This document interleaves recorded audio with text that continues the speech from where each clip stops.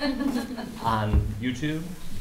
And so if you could kind of introduce yourself and a basic overview of what you're looking for. Sure. My name is Jessica Peterson. I'm a regional property manager with the Oak Brook Corporation, and I'm here tonight to request approval of a permit to install a sign, landmark sign, out in front of the community that we manage. As you saw in the packet, there are photos of the streetscape, and all the area businesses on that strip have signs out by the main road, and we have temporary signage that doesn't look, as professional. So we'd like a permanent sign. All right. And questions, comments, concerns? Chris? One comment, I think it's a nice looking sign. I think it's a good addition to the property. The one thing I'd caution that there's on the condition talks about the vision triangle. And where your temporary sign is, if you put the sign there, it might be a little close to the driveway only because you have to look at how it obstructs the view on the sidewalk especially. Yep. So I would just caution you to work with staff to make sure we get this far enough away from the driveway so you don't have an impediment for somebody to come up there and be able to see the sidewalk traffic coming in. Absolutely. We'll be far enough ahead of it by the time you look at cars. Yep, So absolutely. just be Thank you. wary of that. Others? Yeah. Have you staked out the 15 feet from the driveway and the curb? Yeah, for the vision triangle? It's from the curb, not from the driveway. That's the thing I'm worried about. If it gets too tight to that sidewalk right along the driveway, then it could impede that vision. So it's just being out there to stay. Our condition is 15 feet, but that's from the curb, not from the curb on the driveway. That's from the street curb. I'm just wondering if, and I didn't have an opportunity to go over there, but I'm just wondering if that doesn't put the sign at 15 feet off the curb, doesn't put the sign partially behind the building or to the side of the building. No. There's a site plan that in the packet. Yeah. I think it's the fourth page in. That does show that it's 15 feet from the curb, and we'll be make sure that it's clear that it's that there's a lot of visibility from the sidewalk as well. We want it to be very safe. We wouldn't want to. It's a busy road.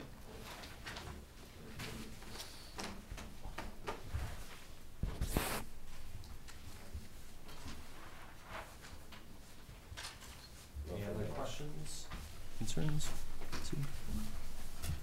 Approval of conditions as written by staff. All right, is there a second? Second. All right. All those in favor say aye. Aye. Opposed? Congratulations. Thank you. Thanks.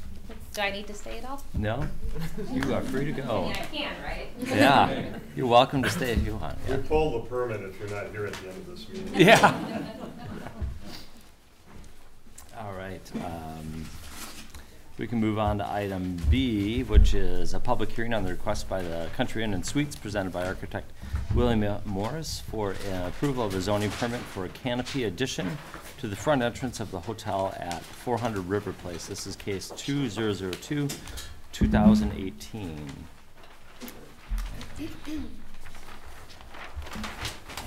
Good evening, everyone. Thank you for the opportunity. William Morris, 5313 87th Place, Pleasant Prairie, Wisconsin. And as was read into the minutes just a minute ago by the chairman, we are here representing the Country Inn Suites in your community, where they're looking to add kind of a drive under canopy on the front of their building, or facing to what would be your belt line, which I believe is south, correct? So basically, as you saw in the documents that we submitted, they would be kind of modifying a little bit the existing canopy that you see has the original kind of arched entry. That would actually be removed. The carpenters would ultimately kind of move that back. It would then become like a small gable, and then the new canopy would sit in front of that. So it really doesn't go back against the facade or the face of the building. It overlaps the existing. If you're familiar, if you've been to the site a little bit, I don't know if you took the time to drive out there. It's actually right here. Yeah, your directions, by the way, were excellent. Thank you, because I don't know Madison at all. So, but anyways, the basic concept is it would really be floating in front of the current building and not really touching the existing building. It would really be above the current kind of the porch that fronts the building as you come out of the small vestibule, and really freestanding from any of the existing building. We did bring, just so that everyone could see, if you're interested, certainly, because as you can see on the documents, the structural, the canopy itself is structurally supported by poured concrete piers, and then wrapped in a masonry product, basically a thin stone veneer, for decorative purposes primarily. I thought possibly also, I don't know if it's a benefit, I was hoping it would be, if you look at the documents that were submitted, what I did was we did this last summer in West Bend, Wisconsin. And so rather than trying to leave it up to an artist rendering, we actually took an actual photo so that you can see what it looks like. The buildings are identical, of course, in the Country Inn Suites brand. And so the picture that you see of the one canopy that is done is actually the West Bend location. The owner there actually had a couple little things. He painted his shutters gray and instead of the burgundy that the brand, and obviously they must not oppose that, although they dictate quite a bit, as you can appreciate, as most of the brands do. I'm not an expert by any means in the hospitality industry, but in the little bit that we have dealt with many of the brands throughout the country in different parts of the country, it's really, here's what they want, I guess, for some reason, on each respective hotel. Thank you for your consideration. Any clarifying questions and previous comments? I guess I share one of the comments that was made about the style of it. When I look at ours, I'm wondering whether a brick veneer couldn't be considered for those columns. And also when I look through your the little packet on proposed revisions for these hotels, there are 3 different designs. And it seems to me the design, either one or two simpler, would be more appropriate for this one, rather than design 3, which is the one that was selected. That's just my thought. I don't know if anybody else has the same. It just looks very contemporary, and the stone look up against this with the burgundy shutters and the brick looks jarring to me. It just doesn't go. So I could certainly ask the owner. I mean, the stone was his selection, I believe, out of the process. I don't have an opposition to the use of brick over stone. I think either one is a very nice, alternative. So I don't have a problem if the commission feels the brick would be more in keeping with what they would like to see. That certainly is not, I don't think, by any means a major change from the owner's perspective or not. He could not be here tonight. I'm sorry. He had a prior engagement, which I'm sure he apologizes for. But I don't think the choice, or if the commission felt one over the other, I don't think that's a problem at all. Since it sounds like there are no more clarifying questions of the presentation, we'll close the public hearing section. That's all right. Sometimes I open it up. You got to retract. You got to say that all again. Okay. So we'll close the public hearing section and move on to the consideration of action. So item C, which is the consideration of action request by Country Inn Suites presented by architect William Morris for the approval of a zoning permit and canopy addition for the front entrance of his hotel at 400 River Place. 2002-2018. Now we can jump in with some questions and comments and concerns. Dale. So in this, did you supply this renovation resource guide? I attached that to the packet. Yeah, that was provided to me by the owner. But it's current. It's a current. So it would seem to me that corporate is offering 3 versions. You certainly can see the price comparison between the 3 just by looking at them.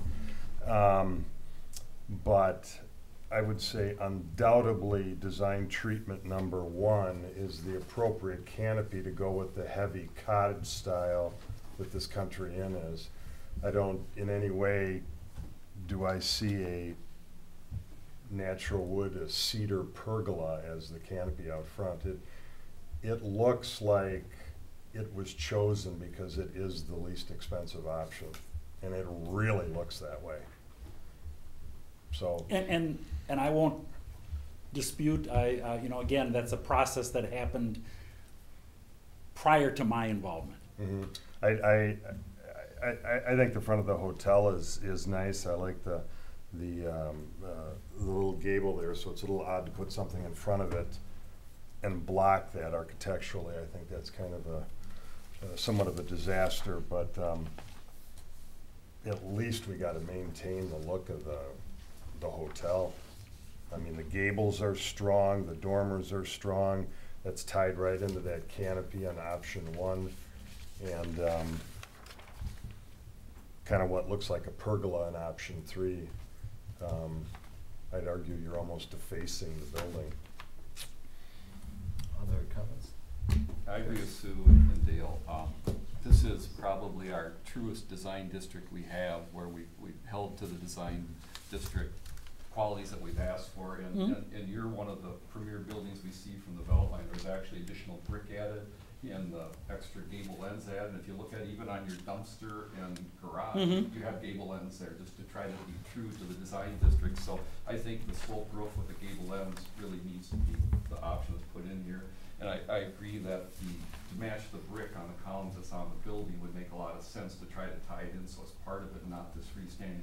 The dry laid stone is nice stone. I think we just built McDonald's here with it. It's very nice, but it was in and of itself. It wasn't next to this building with the design elements that exist. I think we have to try to use those. That are fighting. Yeah, Sure. exactly. Other questions or concerns? I totally agree with everything that's been said. So, yeah, I like the idea of the canopy, but just not that one. Okay. I think either 1 or 2 could work. I think 1 looks the best because it repeats the gables, but if there is a huge cost thing and that's an issue, I think when you look at these buildings, they're all flat. They don't have the shutters. They have a very different look, and that design 3 doesn't look jarring, and it doesn't. West Bend, it looks relatively okay, but just doesn't fit on this one, I think. So I don't know if everybody else feels 1. I mean, I think 1 is the best way to go, so that's doable. But I don't know if we want to leave an option or between 1 and 2. I don't Looks like a 3. French mansion. All right, is there a recommendation? Chris? I'll move approval with the design option that has the sloped roof, gable ends, and replacing the dry laid stone with the compatible brick for the existing building. Say that again? Wrap. They're proposing a wrap of the dry laid stone. Right. Instead of that, using the same brick compatible. If they can't match it perfectly, try to match the brick that's on the building. Sure. For the masonry supports. Or what about the design of the structure? It's the sloped roof with the gable. So design number 1. You're approving design treatment 1. Okay. No. I don't want to call it 1 because it's repeated a couple times in a couple different pictures, and we have different series on all these, so I'm not sure, to avoid confusion, I called it the sloped roof with the gable. Oh, sure, it's the only one with a gable, so Yes. that's fine. And it meets the design guidelines. And by making this motion, if we approve it tonight, as long as the owner agrees, they have a permit. If they don't agree, they can come back and make a case. Sure. Absolutely.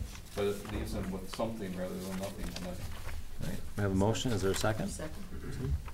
Any further clarifications, questions? Hearing none. All those in favor of the, Chris? I do want to make one. I also include all of Sonia's All the recommendations. previous recommendations. So the building permits, the revised site plan, and the pavement marking showing that. Sue, you okay with that? But I said it was in addition to that. So, we have a motion and a second with the 2 additions of the slope and gable and brick rather than stone, and all other conditions as originally noted. All those in favor say aye. Aye. Opposed? All right. Thank you. Thank you. Oh, Have a good thank evening. you. Appreciate it, truly.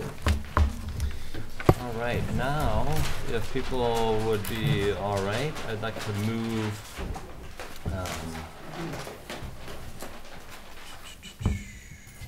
the public hearing section, so item L, 6L,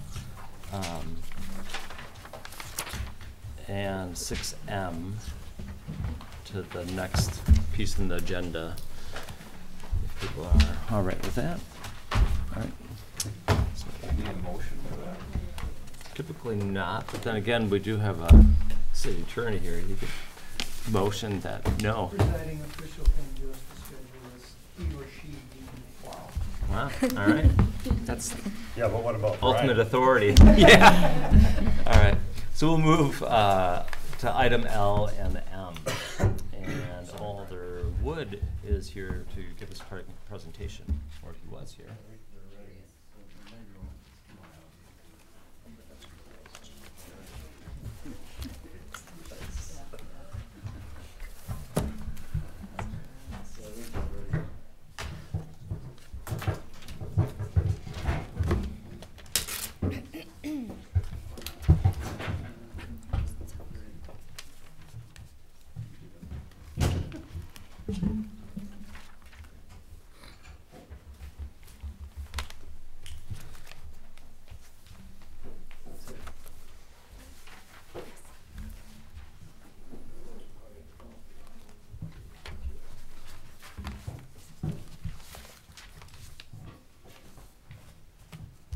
So while we're getting the technical challenges overcome, basically I just want to talk, and I know we got a really full agenda, so I won't try not to speak too long, but give some background on the historic preservation ordinance and the proposed changes.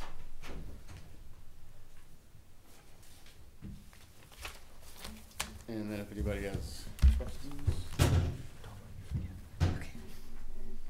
We have to. Oh, there it is.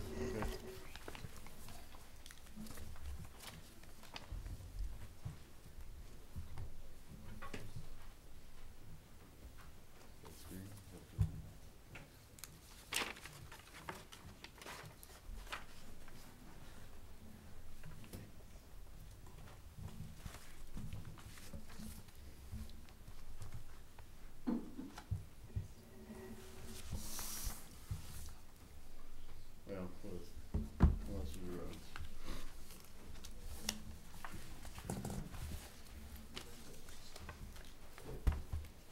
one more technical. Love using other people's computers. There we go. No, it's not up.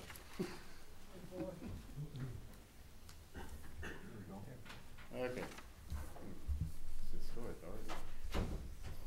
So just, very briefly, as you all know, Monona was originally inhabited by Native Americans.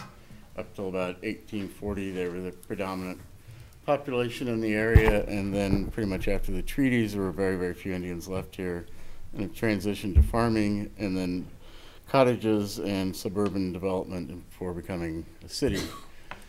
So a little bit more about the Native American and history in Monona with the mounds. This is actually kind of an interesting map. It shows Indian trails, and the numbers represent Indian villages. It's number 10 up on by the lake up on Monona Ridge is where the Winnequa village, Indian village was. So anyway, some examples of historic structures, two of which are still with us, and one, the Tonawatha Springs Hotel, of course, burned down in the 19th century sometime, I believe. A few more examples of the international style, a Lustron house and a Sears catalog home. changes happening that have happened along Monona Drive are shown there. It used to be the A&W. I remember that, actually. I don't remember the town hall, however. So there's a number of reasons to preserve historic properties and preserving the past. It does foster a sense of community and pride in the architectural and historical character of the community. It's actually, most studies have shown it improves property values to maintain historic structures.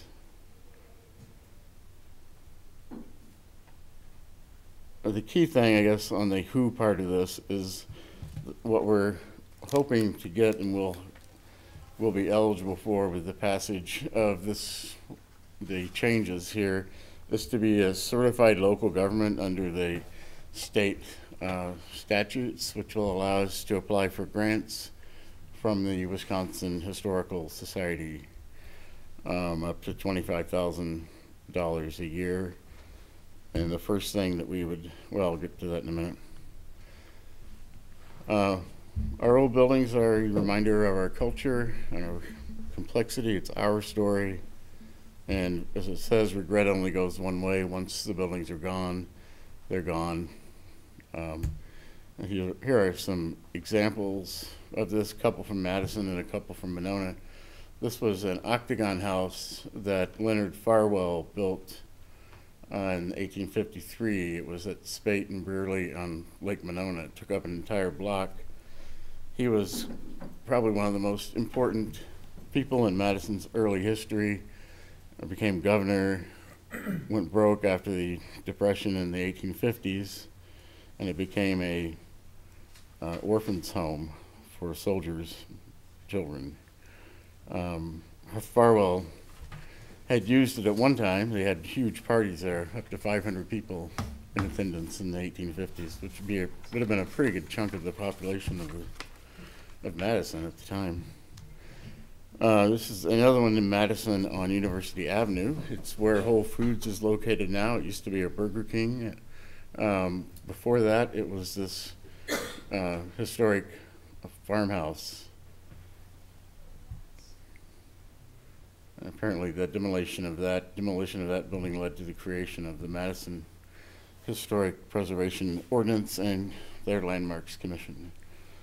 This was the this was the town hall for Blooming Grove, which was at the corner of Nichols and Dean, I believe.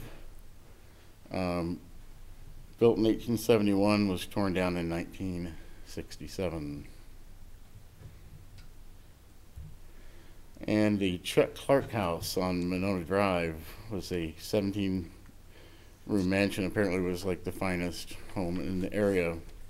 Was torn down in 1969, and now there's the Monona Professional Building and a McDonald's there. So as you can see, the Landmarks Ordinance originally was adopted and the commission created in 1975. There have been a number of actions in the period since then, including publications of 2 different editions of the Landmark book, as well as installing markers at numerous historic properties. Whoops. The ordinance has been updated a couple of times in the last 2 years, and we are proposing for now, final changes to the ordinance this year.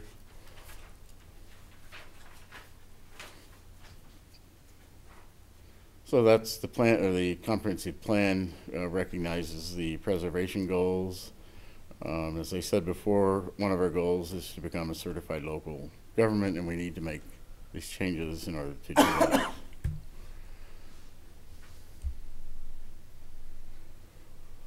So,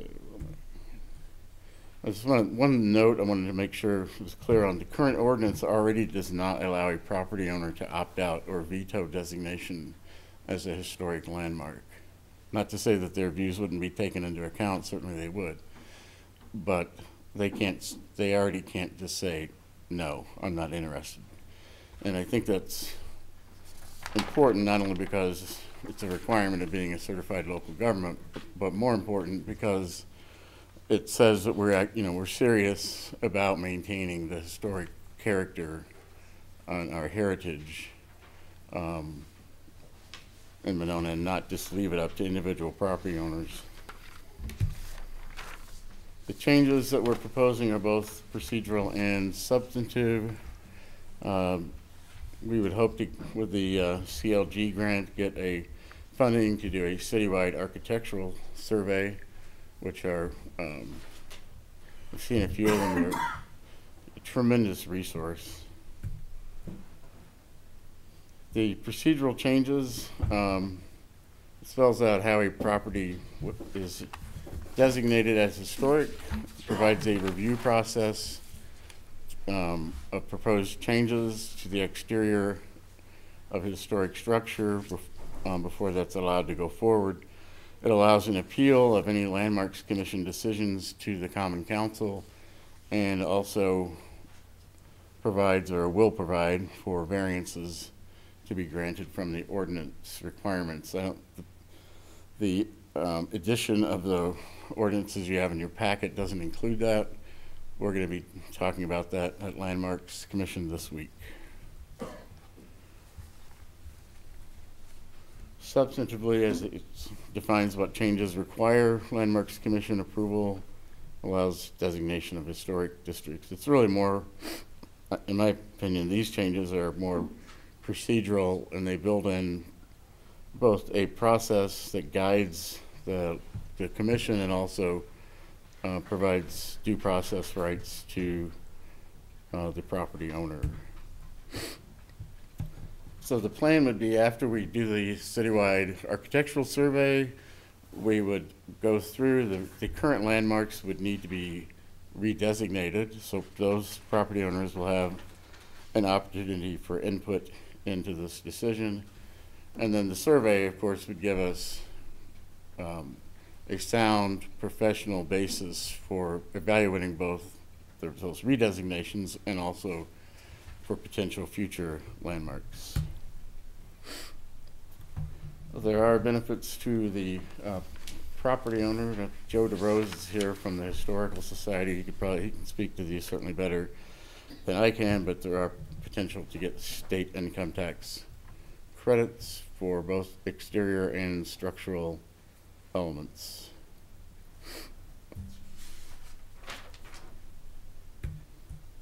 And that's the end of my presentation. Does anybody have questions or? Clarifying questions only? No. Chris? I'm going to start off by saying I'm strongly in favor of preserving our historic landmarks. Okay. I want to be very clear on that, but as you know, this commission recommended that the property owner be able to say I don't want to, or some vehicles so that there can be a legitimate negotiation on having it dedicated, because I believe it is a lot of people, most people's most valuable resource they have. And while most people will love being a historical landmark, most people will maintain the building like that. For some people, they may not. And for the people that don't, if they can't find somebody that wants to give them what their house is worth, because they're worried because now they're restricted on what they can do, what the architecture is. Anytime you put a bunch of regulations on a piece of property, you start to restrict what you can do. So that's why we took it as you're taking evaluation of that person and they have no recourse. Even under the appeals process, for example, for demolition, the city has to negotiate for 6 months with the property owner. And if they don't reach a negotiation at the end, the person that made the action in the first place, it goes through. The city action holds, so there's no leverage for the city to have to do anything with that property owner. It would seem to me we could come up with something, if we feel strong enough about this as a community, that we would put our money where our mouth is. No different than when we need property for a project. We go in, we get an appraisal, they get an appraisal. If they don't agree on an appraiser and come in, and if the city feels strong enough about that being a historic landmark and that person thinks that property is being devalued, if they don't want to do it, buy it for that appraisal, and something like that would be fair. And if you could make it so that that person had to feel strong enough about, unlike condemnation, they have to pay for their own appraisal. And say, I don't want this to be, I think it'll take away from the value of my home. I don't want it. And I think people out here, if they're listening, they should be here talking about this. An example I'll use, because she's not here, is Kathy Tummer. She has an international style home. And if somebody comes in and says, that's a landmark, that's really key. She has a lot that's twice as big as what she needs. Now she can't subdivide that lot, because if she did, it would be very restrictive. It would have to be something that didn't affect the architectural character of that home. The other issue I have is our historic districts. You know, it doesn't talk about what that's going to be. Anything comprising 2 homes, does that mean a whole block with 2 homes that you want to preserve can now be an architectural district, and yet every other home in that district has to abide by this ordinance? It's not clear to me. And if that can happen, that's a huge thing you're doing to a whole neighborhood. You're saying because we have these 2 significant homes, let's say we say international style is significant. So we could take blocks in the Frost Woods neighborhood and say, this is a historic district. But now every home there that's not international style is still under this ordinance. And now anytime anybody wants to make any improvement to their home, they have to abide by this ordinance. They have to get variances. They have to come to the council. They have to come to the Landmark Commission. I think that's a burden on that homeowner. And I think there's got to be some vehicle, some way that can be righted. I agree that there's going to be homes or sites that as a city we feel so strongly about, we want to preserve it. But I think then we have to buck up and do something to preserve it, not to say, sorry, Ms. Thomas, but we're taking your value away from your home because we think it's important. I don't think that's reasonable. And that's why that recommendation came out of here. And unfortunately, Griff and Kathy and Nancy aren't here, and they all had something to say about that. So that was the position from the planning commission. Do you have any idea what will happen to this historical district? It says any 2 homes, so how many area can you take now? That I actually made a note that when we meet this week, that's something we need to talk about some more and see, unless some of the others here might have some ideas about that. But yeah, I think we need to clarify that. On the other piece of it, I disagree. I don't think that the historic designation will devalue properties. It certainly wouldn't devalue them to the extent that the city would be obligated to purchase the properties. Well, I think whenever you put further restrictions on a property, you have the potential to devalue it. I also think, the evidence has shown, certainly for historic districts, that it increases the value of property in historic districts. That would be great, then we wouldn't have an issue. Right. And I think, there is a market for people who want to buy and live in historic properties that really want, Absolutely. would be highly motivated buyers. But we have people with no skin in the game making that decision on which home that's going to be, and that will affect some people in Monona. Right. And it will affect some people negatively. And there should be some recourse for those people that it affects negatively. I'm not saying if we as a community feel strong enough that should be a historic landmark. I'm not saying it shouldn't be, but I'm saying that we should have some responsibility now. So what I'm hearing the question or concern for the public hearing section piece is around districts and definitions of districts, and then the continued question or concern regarding an unwilling participant. An unwilling participant, and are there other recourse options available? And then I know we have some others that are either here to register or speak, or sit back and maybe speak. I'm here to speak if asked. All right. So I will read these first. So we have Randa Wex, who would like to register in favor of the historic conservation code changes. We have Rebecca Holmquist, I'm not sure who that is, who would like to register in favor. Can I change that to speak? You sure can. You can step up right now. You gonna make her change that, or you gonna do it for her? I did. I wasn't going to speak. I'm Rebecca Holmquist, 508 Panther Trail. I have to mark that. So I just wanted to speak to some of the questions or concerns that you're having about the historic district and the property owners. It's a not quite a myth, but a lot of people tend to think that your appraisal or the value of your home is going to go down if you become a landmark. And time again, there have been reports out there that that's actually not true, and that it actually increases the value of your home. And as to property owners being able to veto or not, I think that that's going to be something people are just going to disagree on, because if you can't, if you give property owners the right to veto, then we're not going to have landmarks. Anybody can nominate a property, and this is true all over the United States. And if I just want to bring up like the National Register and the State Register, anybody can nominate anything to be on the National Register, and the property owner does not have a say in that. Obviously, they can appeal, but in order to be a certified local government, we have to have this as our part of our ordinance. Most people aren't really against being landmarked. What the concern more tends to be is having the restrictions on their home and what they can and can't do with the exterior of their home.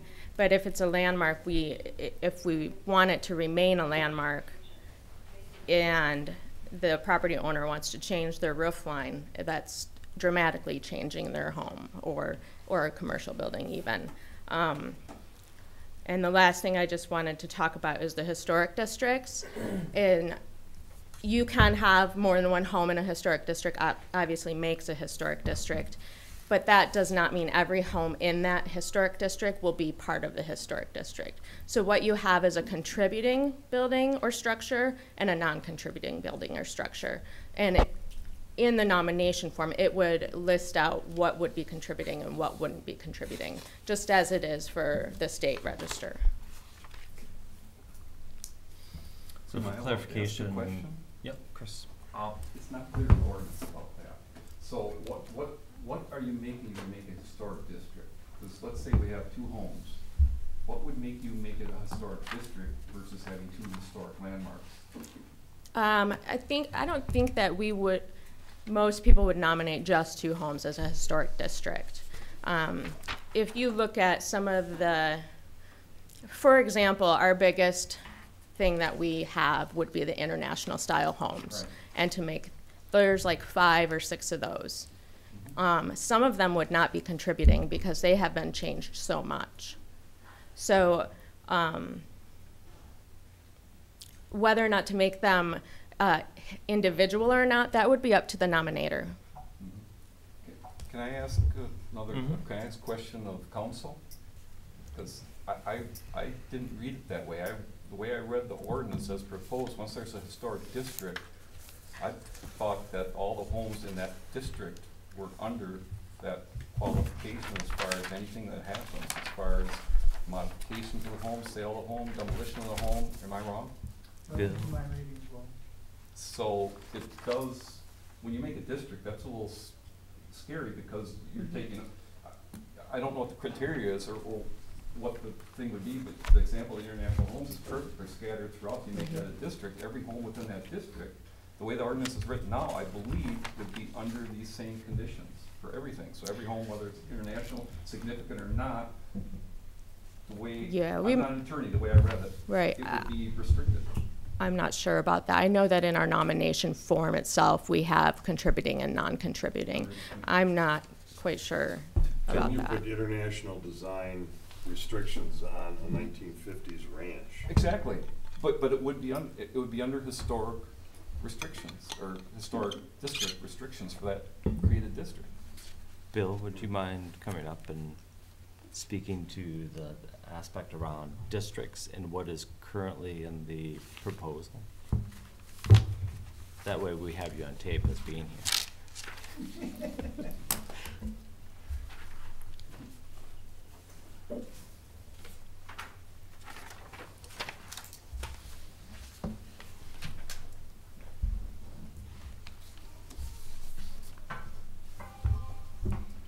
At the risk of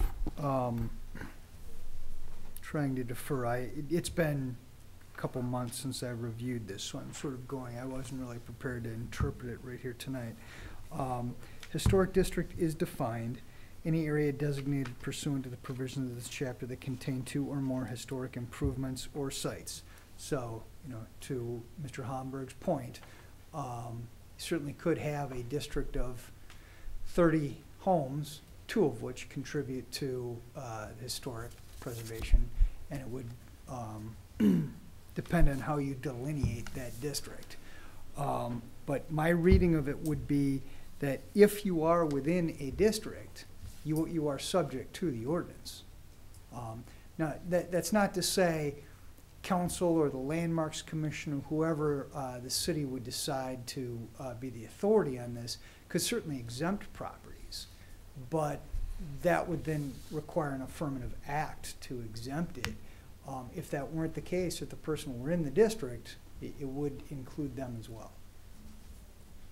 So if I hear you in plain language, it's if you're within a district, even if you're a non-contributing site, you may have certain restrictions based on the district guidelines per se to maintain that district, even though your home or site may not be a contributing factor. Correct. I think, not to speak for property owners in that district, but I think what they would argue would be, well, it's in dispute whether my property does contribute to it. But if I'm in this district, somebody outside of my control has determined that I do contribute. So now I have to go to the Landmarks Commission and get a certificate before I can do X, Y, or Z. So I'm just as burdened by this ordinance as somebody who maybe fully contributes or contributes more than I do, or that sort of thing. Because I think the issue for them is, are they burdened by this ordinance or are they not? And I think they would be. Which creates liability for the municipality, doesn't it? I mean, maybe they wouldn't go before Plan Commission for a variance. Maybe they would just have their council contact the city. Yeah, I can outside of I think the next agenda item is discussion of this, right? Mm-hmm. I can certainly go through the liability issue for you with respect to the city. That's more the reason I was here tonight. The long and the short of it is these type of ordinances have been sanctioned by the Supreme Court. They are appropriate within limits. It's a policy call, obviously, as to the city as to how much restriction you want to put in and how far you want to push that. But generally speaking, these are lawful, and as long as certain conditions are met, there'd be minimal liability to the city. It's much more a policy issue. Thank you. I just wanted to restate that we will be looking again at the question of the historic district, because it kind of, I don't know that we've looked at that question as carefully maybe as it should be. So by the next time, hopefully that it's here, we'll have clarified that one way or the other. So. Perfect. Right. Thanks, Doug. Yep. Rebecca, do you have anything for? No. All right, and next is Rick Bernstein, and would like to register in favor. And then Molly, it's Group A, right? It's Group E. Feel free to Joe Smalling. Yes, yes. You have your groupies with you. And she'd like to register in favor of the proposed ordinance change as well. Is there anybody that would like to speak or register on this item before we close the public section? All right, seeing none, we will close the public hearing section and move on to 6M, which is the pre-hearing conference on the proposed changes to section 480-20 of the Monona Municipal Zoning Code pertaining to historic conservation, case number 2007, 2018. Sunny, would you like to kick us off? Sure. So just an outline of the process so we know where we are in this. We are required as the Plan Commission to hold a public hearing and review this make a recommendation to the City Council. Landmarks Commission has reviewed this and put forth the ordinance changes that are in your packet. There are 2 sections. I'll just note that were not actually drafted into the language, but that the Landmarks Commission would like to incorporate into the next draft by the time it comes back here to Plan Commission. And those are the opportunity for a property owner to apply for a variance due to something like an economic hardship. So that was the last section in your packets attached to the ordinance with an example from the City of Madison, where an owner could apply to the Landmarks Commission to get a variance under certain standards that, for example, strict and literal application of the standard would deny the property owner a reasonable rate of return on investment or would impose upon the property owner an unreasonable and unnecessary financial hardship. And they have to show that they were not caused by the owner's failure to maintain the property, among other things, and then they have to provide evidence to the Landmarks Commission, including things like documentation of property purchase costs, rental income, real estate listings, disclosure statements, tax assessments, comparable properties, improvements made during ownership, routine maintenance costs incurred during ownership, and costs to comply with the standard from which a variance is requested. So that is one potential option that could address one of the concerns. And the second section, I mentioned there were 2 that the Landmarks Commission is interested in incorporating to the language, is a section on penalties. If a property owner makes changes to the property without first going to the Landmarks Commission and getting a certificate of appropriateness, there would then be a penalty applied for doing that work. Just some sort of teeth in the ordinance to make sure that it's being followed. So those are 2 changes that are not incorporated currently. I think that's all I have to provide as far as overview. Okay. And so the next step after tonight is for it to go back to Landmarks for some further revisions, and then will it return here? It will return here. I scheduled this as a pre-hearing conference knowing that we had some of our other members unable to attend and to get your feedback. And then this will be here again for potential action as soon as it's ready. So it'd be good to surface any concerns that people have, so that way the Landmarks Commission is able to kind of incorporate all of those. And Attorney Cole? Well, I'm just thinking maybe before discussion, now may be the appropriate time for me to just run through Perfect. the legal side of it and the city exposure, so that you can, I guess, include it. How you proceed. Awesome, thank you.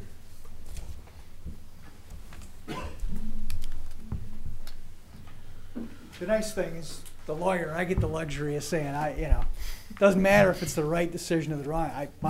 My job is just to tell you what the options are and what can and can't be done. Whatever is good or bad is why you guys get paid the big dollars. Usually in this historic preservation stuff, nobody's saying preservation is not good. The issue becomes one of who pays for it. There's really 2 ways to do it. You can do a carrot, which is pretty much what Monona currently has. If you are designated a historic property, you get a plaque and you're entitled to certain grants, that sort of thing.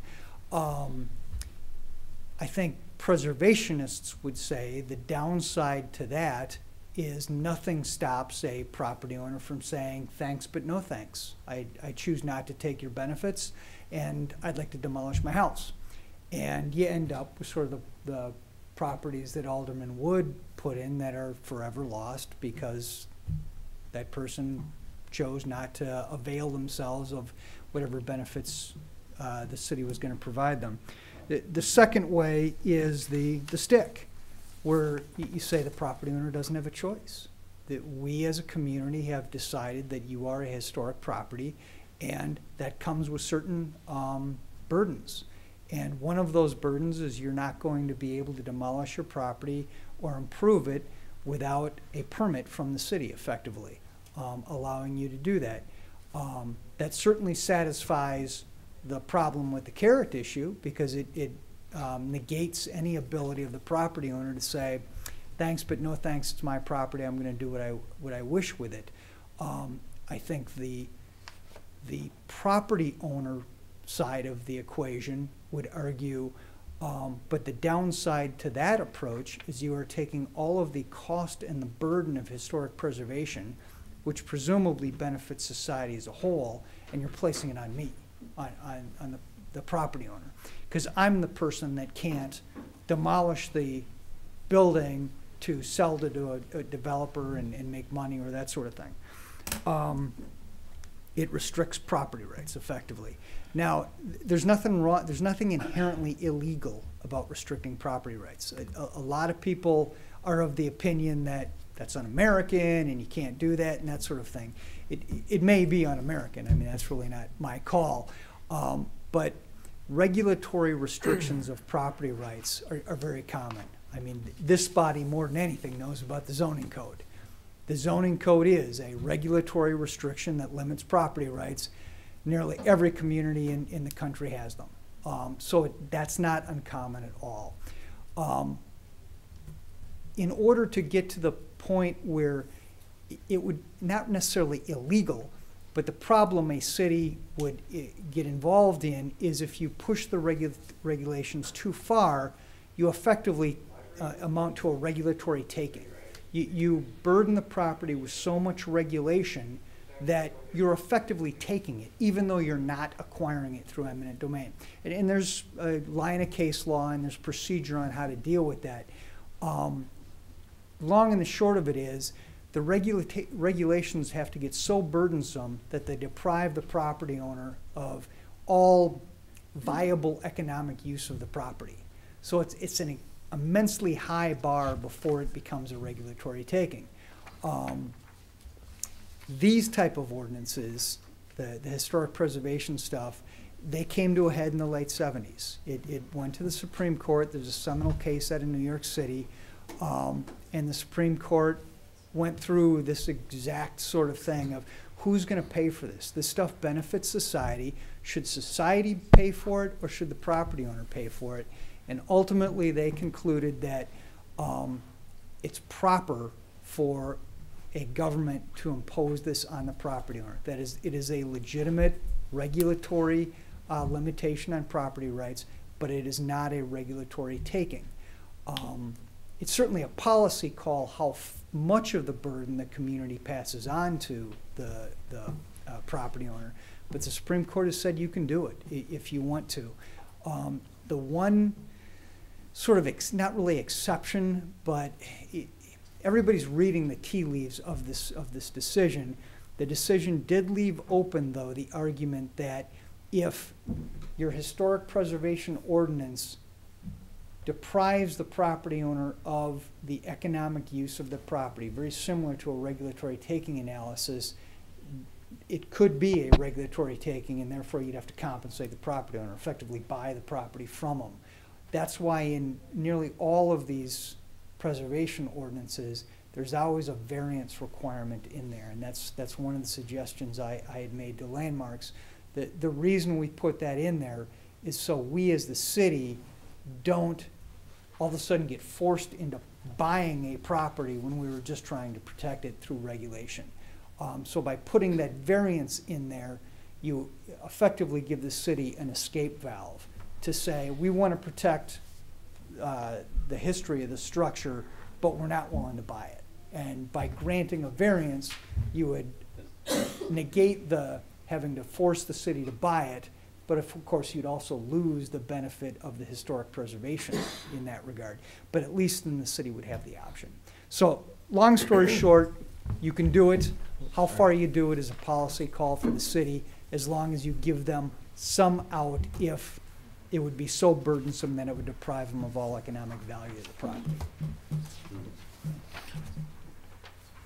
Questions for Bill?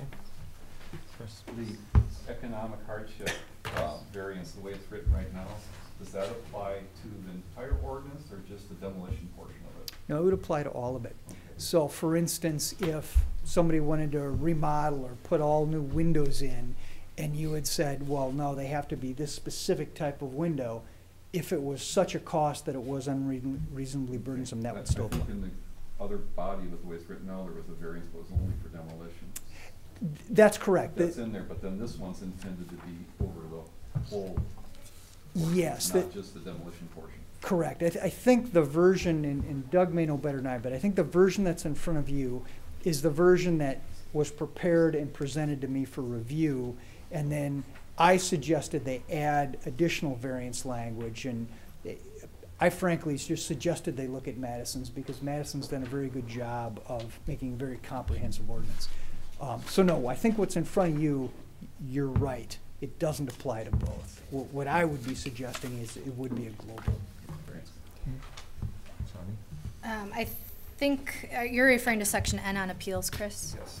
So appeals would apply for any case where the commission fails to issue a certificate of appropriateness. And the certificate of appropriateness applies to both exterior changes as well as demolition. So you could appeal under that section in either case. But the economic hardship variance provides a little bit more detail, I suppose would be the difference. Other questions, concerns?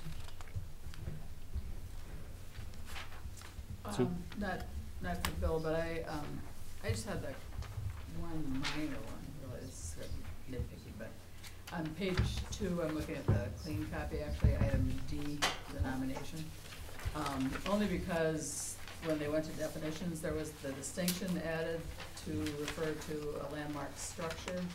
And then in this paragraph, the 4th line, it just says the nomination shall clearly identify the proposed landmark, comma, landmark site, and I would just add the word structure, so it says landmark structure, comma, landmark site. And I guess the only other one was on the last page on item O, where it says a person who's listed as the owner, if they are unable to find a buyer willing to preserve such structure, even though they've made reasonable attempts in good faith, may petition the commission for a rescission of its designation. I'm thinking of the same house you're thinking of, and I'm thinking if that does in fact reduce the property value, so they can find a buyer, but not at fair market value, I'm just wondering if there should be some wording in there, a buyer at fair market value, and I don't know if that, because I think that is a real concern, particularly with that particular property, because as you said, it's got a bigger lot line, and it's also a very old house with real limitations for, you know, modern lifestyles. And so I think, I just think that's, I haven't been in a lot of the other ones that haven't been updated, and as you said, some of them have already been updated, so they won't apply. So I don't know, I guess I'd like you to think about that, whether that'd be appropriate to add some kind of language about that. That was all. Any other questions, Dale? I think it's just worth mentioning, as I heard Doug talk about, or Mr. Homburg and Mr. Wood talking about, well, you know, one feels maybe property value will go down, and the other one's arguing that property value will go up, and everybody assumes that property value going down is always the hardship. Property value going up can be a real hardship as well, right? Compliments to our city taxes, and I just wanted that to be noted. So all of a sudden the value of your home is up $20,000, and you know you got to shell out another couple grand every year. Just wanted that out there. All right.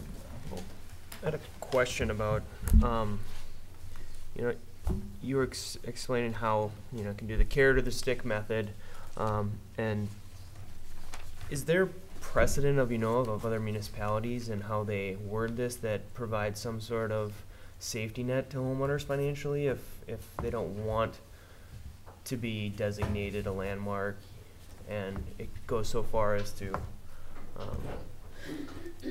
not taking the property, but there's an agreement, kind of to what the effect Mr. Homburg was saying. Is there anything that out there that kind of reflects that sort of situation? There are historic preservation ordinances run the gamut. I mean, it really is sort of the laboratory of states kind of thing. Everybody's tried different things, have changed them over the time. in all frankness, that's more of a planning type thing. Sonny may know better than I, because I just see sort of the lawsuit side of things. But I do know that there are 1,000 different methods that people are using. You know, what you're sort of suggesting, I think, is a hybrid carrot grant thing. And there are many ordinances where they offer up enough to entice people to voluntarily agree to subject their property to it.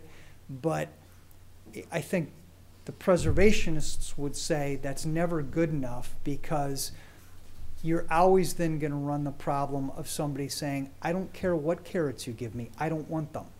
And if you take that approach, you will always have somebody that, at least theoretically, could say, you can give me $1 million, I don't want it, I want to demolish this building, and ultimately defeat the point of the thing.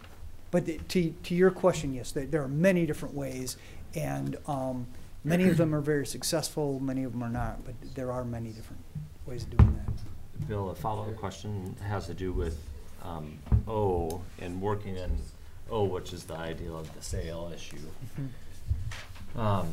And so some of the concerns that I know that have been raised here, this seems like the space that it might be able to fit in, where if there was a way that an option existed for cities to negotiate to take over ownership.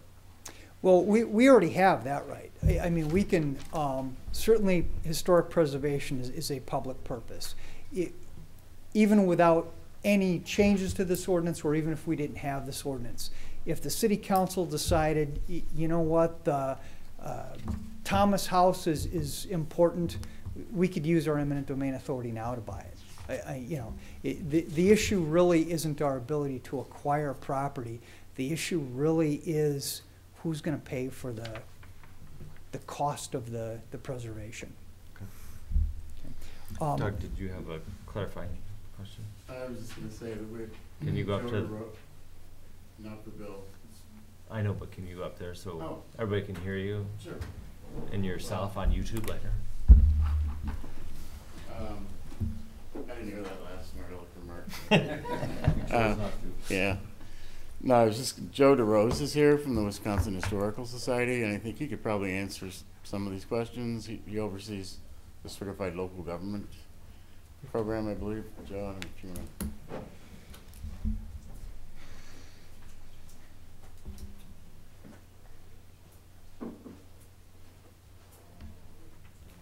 Thank you. My name is Joe DeRose. I work at the Wisconsin Historical Society in Madison. I'm the Certified Local Government Coordinator, among other hats. Like the city attorney, I don't really care where Monona goes with this, but I'm here to answer questions, answer any questions that you may have about the program and your ordinance. I've been working with ordinances in Wisconsin since the early 1990s, so I've dealt with everything from small rural townships up to the city of Milwaukee and everything in between. The latest question you had on item O, that's pretty standard language for ordinances, where it says if a property owner that has a locally designated landmark, they can't sell their property because of that designation, they can come to the commission and ask for a rescission. In my experience, that's extremely rare. In fact, I can't think of an example where it has happened, but it could happen. So it's important that you have that language in there.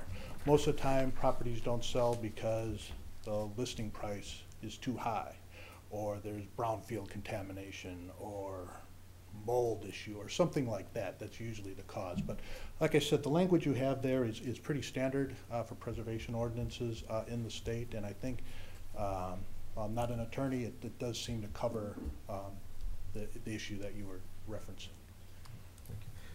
Based on some of the other comments and questions that you've heard, is there any other pieces that you would like to provide some opinion or thought on? Yeah, I'd like to just kind of to kind of take a step back and kind of put it in perspective.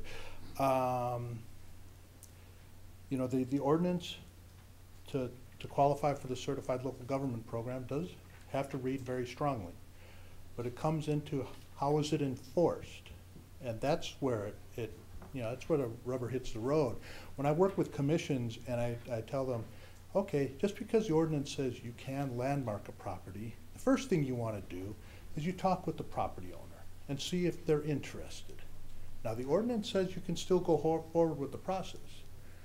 But if you talk with the property owner and they're against this, you better think long and hard about pursuing it, because what's going to happen is, the way the ordinance reads, okay, you move forward with it, the final decision lies with you folks.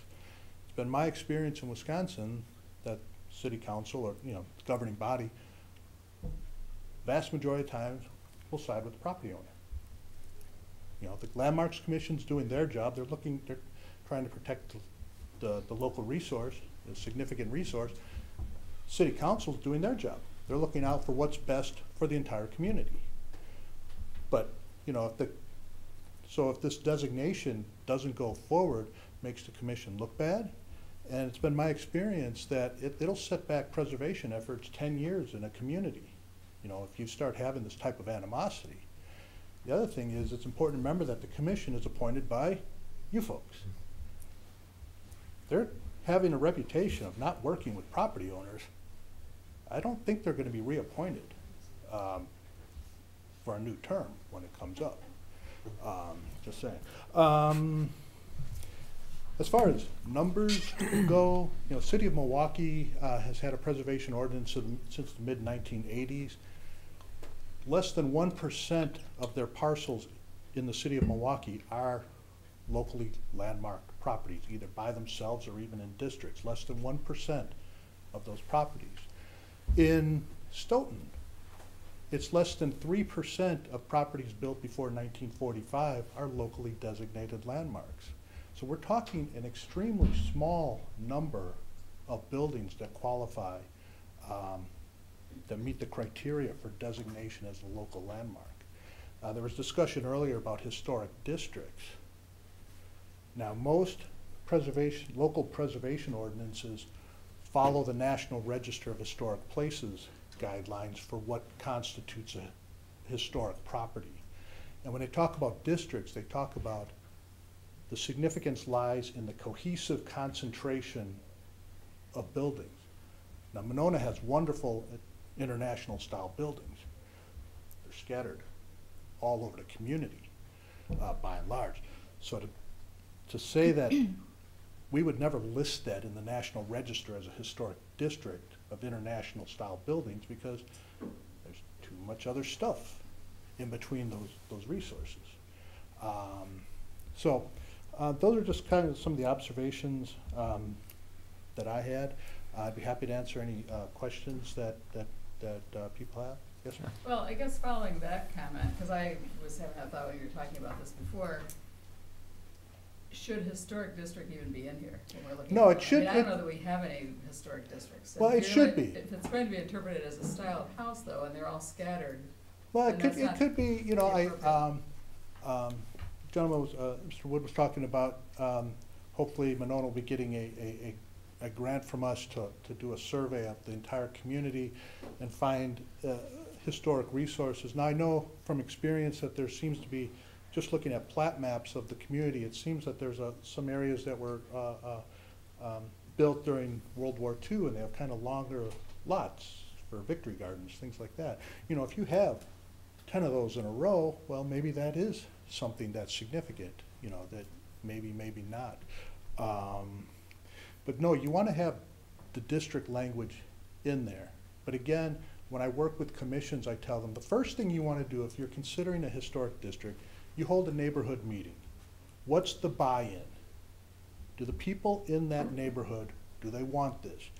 And because local designation is regulatory, you better have at least 80%, preferably 90 or higher percent, people clamoring for designation. Because if you don't, it only takes a couple of people saying, I really don't want this.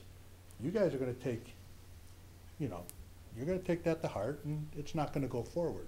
That's just how I've seen it go. So you need to have the language in there in case there is the opportunity for a district. But, again, it's all part of a process, and it starts with talking with the property owners and seeing if they want to proceed with it or not. Well, That's so first. in a case like that with the individual houses, then if there are 5 houses and they're scattered, it sounds like your recommendation would be that you would make each one of those 5 houses a landmark site and not use the term district if they're not located near each other. Exactly, that would be the approach, but Okay, again, that in makes that sense. case, you talk to each of the 5 property owners Right. individually. Are you interested in pursuing this, yes or no? And again, if they say no, you really want to look long and hard about, do you want to proceed with this? And I recommend the commission, boy, you don't want to go with it, because it's not going to end well for you, probably. Any other questions for Joe? I have a question.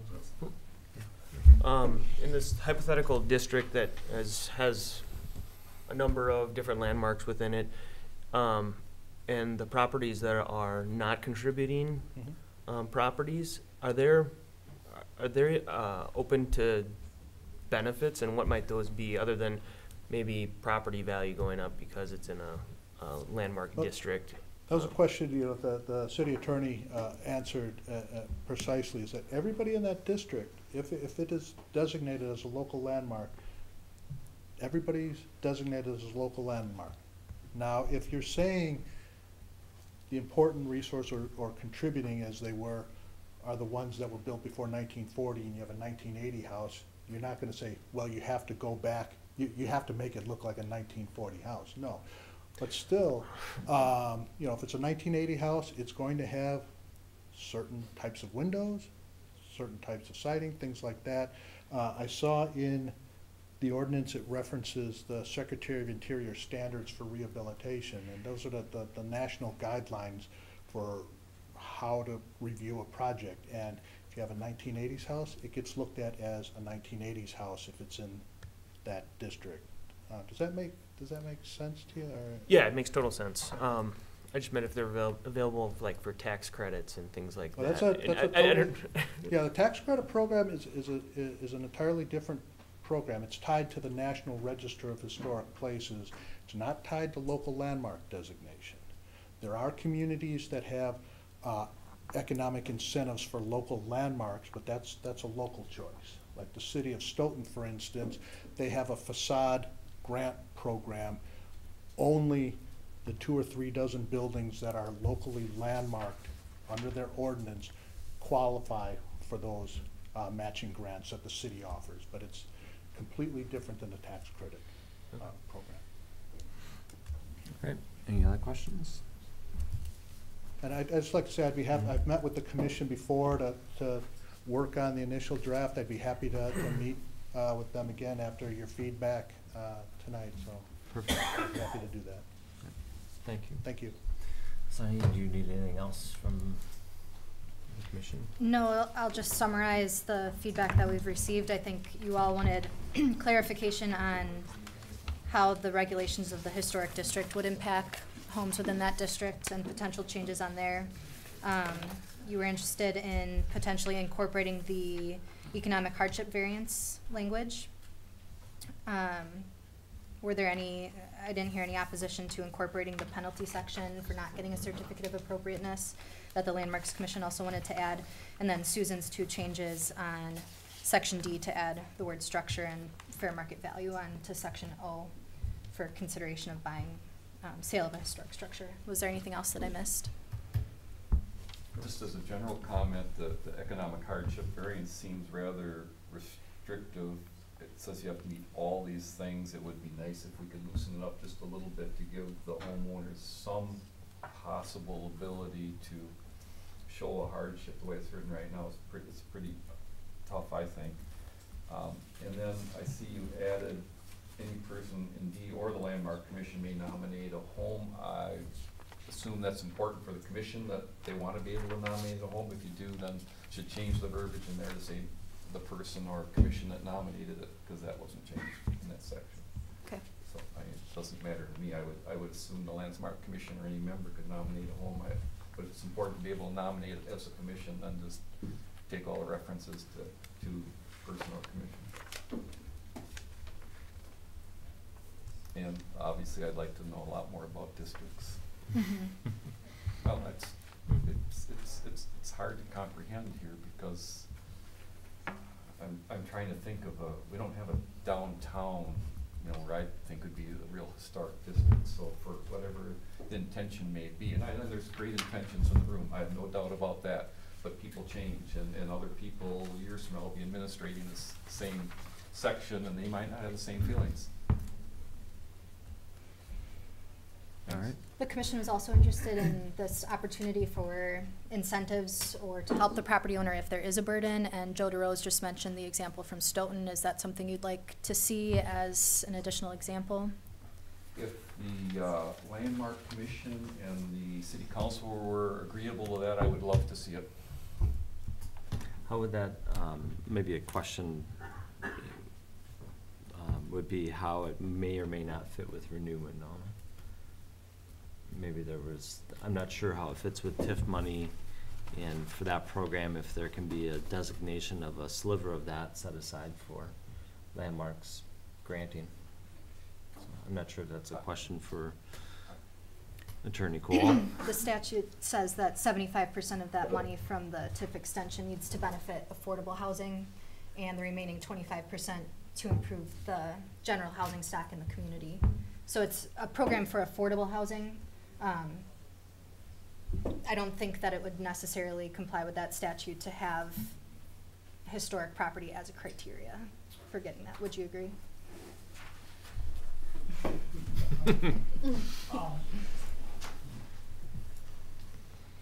Sonny's absolutely right with respect to the facade grant money funded by the extension of the TIF district.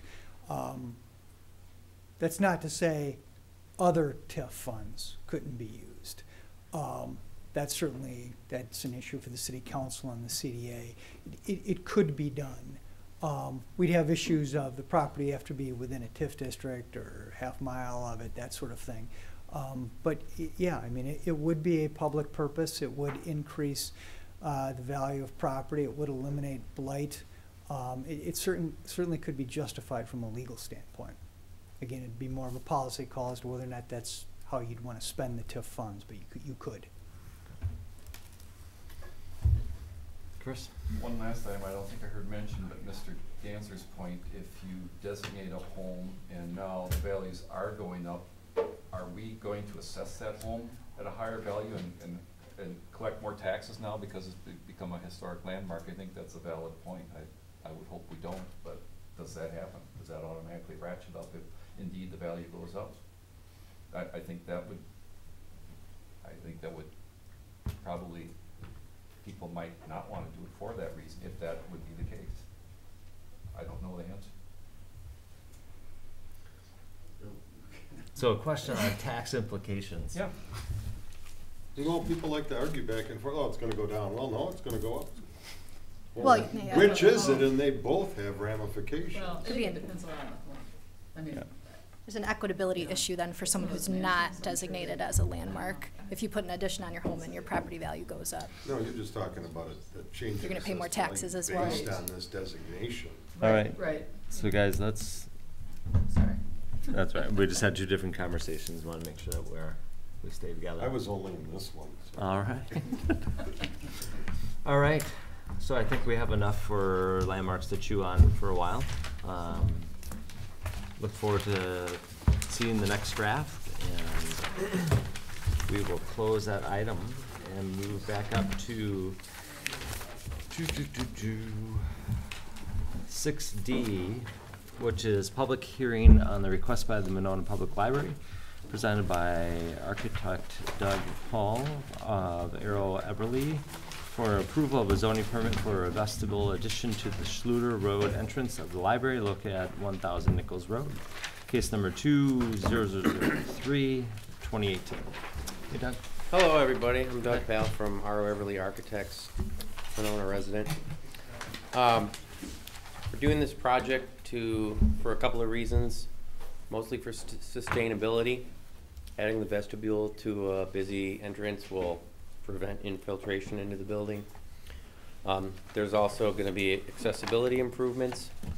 We're going to be doing some building maintenance and some safety improvements and some security improvements as well. So it's a very simple project. you've got the packets and the images, you can see that. There's a basement under the space that we're building over, so it's a very non-complex addition. It follows the kind of the natural geometry of the building. We're not introducing much in terms of new material to the building. This is the masonry for the existing building, and the other complementary material is concrete or stucco painted about this color. So we decided we could add some interest to the addition by incorporating this composite cement board panel material, which is zero maintenance wood-like material, is what you're seeing in those images. So we thought it could be a nice addition to the library to warm up the entrance. And everything else is just going to be matching what's existing. So anodized aluminum window frames and more of the same color white trim. If there's any other kinds of questions you guys have about the project or design, just let me know. All right. We will close the public hearing section and move on to consideration of action.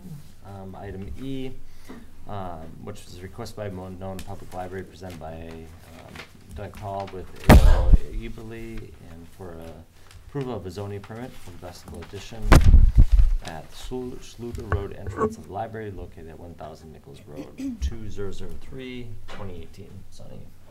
This is here for a zoning permit as a substantial addition to the building, and the staff recommendation is for approval with the one condition. Questions? Concerns? Dale? I don't know why, because I look at drawings all the time and I'm just not grasping this. Is the roof line of the two protruding portions of the building just going to continue straight across to create the vestibule? Yes. And then how is the roof addressed? So we're filling in down to the existing line of the existing eaves. Yeah. Only we're out another 11 or 12 feet.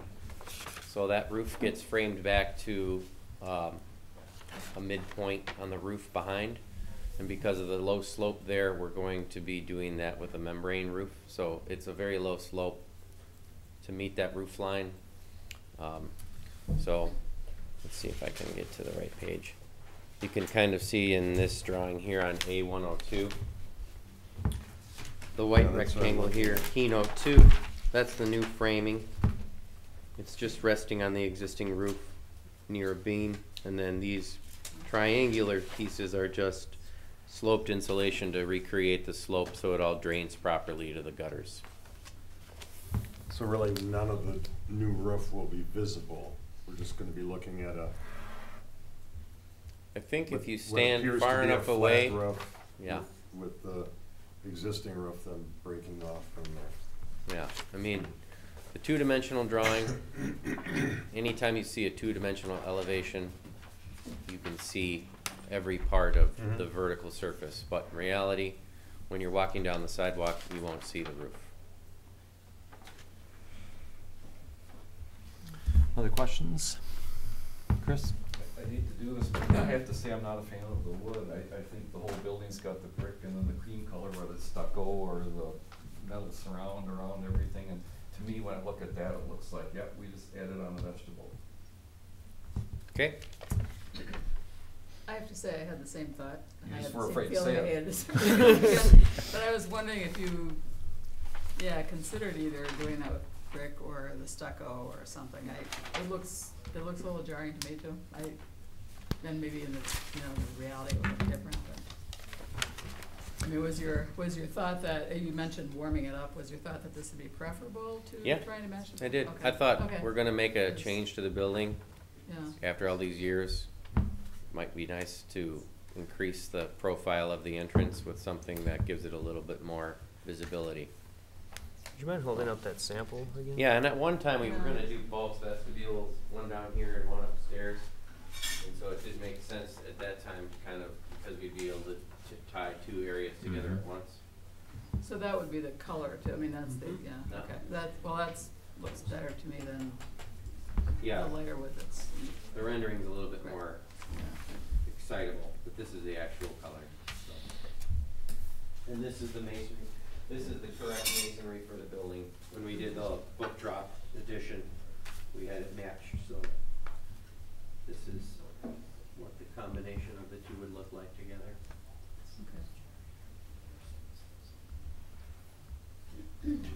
Audience, what do you think? Other questions, concerns? Is the other vestibule, is that looked at as a future project? That's a question. I don't know who can answer that. Well, we have our library director here. He can maybe speak about that. I understand the question, is this going to be looked at as a vestibule in the future? All I can give you is the history. It was stated as 2 vestibules. The cost of it was not effective, but this needed to be replaced because it's original material and it was not energy efficient. So we are replacing the door and the windows with that. I don't imagine that being a vestibule in the future, also because this was historically, I believe, a delivery entrance. And while it is open, it's not necessarily an entrance, like an entrance we want to promote for the public to come in. We'd like the public to either come from the parking lot entrance or through the Schluter Road entrance. If you enter through this building, I would then have to do a lot more planning and design, not to say that I couldn't, but where to go. Because if you are not familiar with this building and you enter through this entrance, because there's a vestibule, hey, come on through here. You're staring at the Friends bookstore, which would be great. It'd increase business for them, but then you may be confused on where to go in the library from there. So I would have to look at a lot more signage and how to best maximize that space for the library. So as of now, I do not see that becoming a vestibule in the near future. Okay, great. Other questions? Concerns? Chris? Well, I just got to explain it a little more because nobody's talking about it. I remember when we put this major addition on up above, and there was just a ton of time spent on the design, and it's a very, I would say, a very modern design. And the original Gauswitz design is a very modern design, and there was a lot spent trying to merge the two and adding some brick to this and adding some of the stucco to the other end. And for me to introduce this wood, which is a nice warm look, but it's a totally different feel to me than the rest of the building. And so for a small vestibule to say we're going to change the feeling of this building now when the rest of it looks like it does, to me this doesn't feel right. So I just have to get that out. Others? Yeah, I would say I asked about the future project because if it was planned to be done, I think it would make a lot more sense and I'd be way more on board, but I think adding a new material, I think I just prefer just the brick. Is the brick matchable exactly? And I emphasize exactly because there's possible to say. It's close. I mean, they were able to find me this sample that is very, very close, but whenever they make new bricks, you know, the conditions are always different. They're always getting the clay from, you know, a different part of a quarry. So it would probably be, you know, not noticeable. Because the nice thing about the design is these white concrete piers separate everything into different parts. So you could do a brick that wasn't a perfect match and you probably never notice. But I don't think, I bet you guys don't notice that that book drop is different than the original building. Maybe you do, but I think it's a pretty good match. So.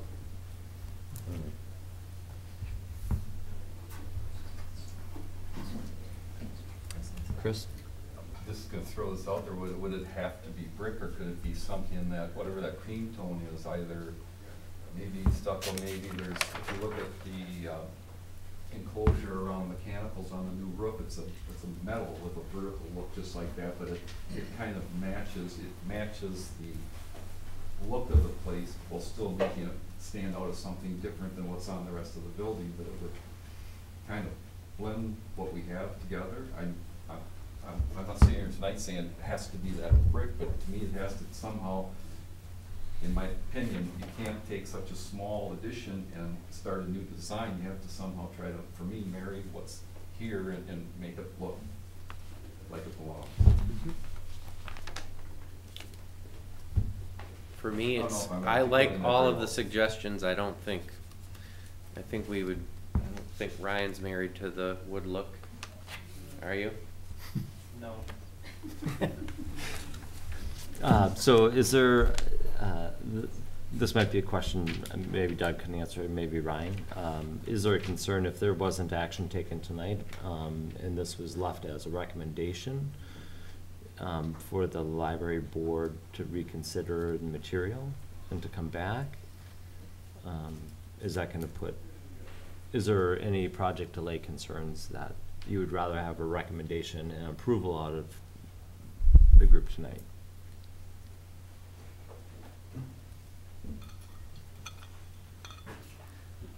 Sorry, tossing it in my head.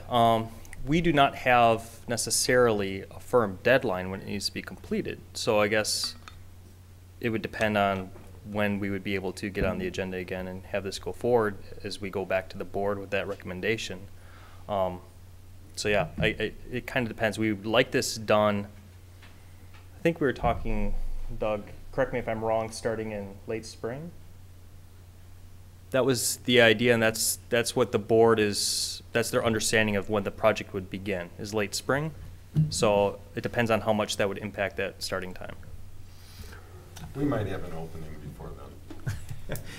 We anticipate meeting in 2 weeks from now. February 26th. So I'm not sure if there's a meeting time between now and then that. Next week, actually. I mean, that might work for some recommendations of, what I think I'm hearing is the scale of the building and the incorporation of a new material as a completely new material is a concern for the group.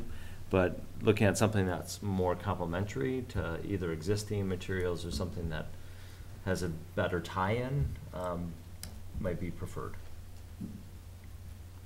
Does that sum it up? Yeah, I'd like them to reconsider it at least, I think. Although I feel better about that than the way I looked in the drawing, but I kind of would still probably prefer brick, or I'm not sure about metal, but I'd like them to just toss it around again. All right. See what they think. So is there a motion to table? All right. Is there a second? Second.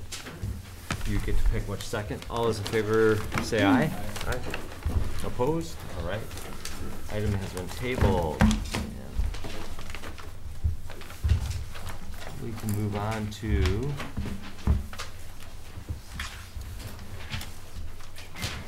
item F, which is a public hearing on the request for a zoning permit, site plan, and building elevations for approximately 17,000 square foot clinic and office building for Madison Veterinary Clinic at 2704 Royal Avenue, case number 2004, 2018.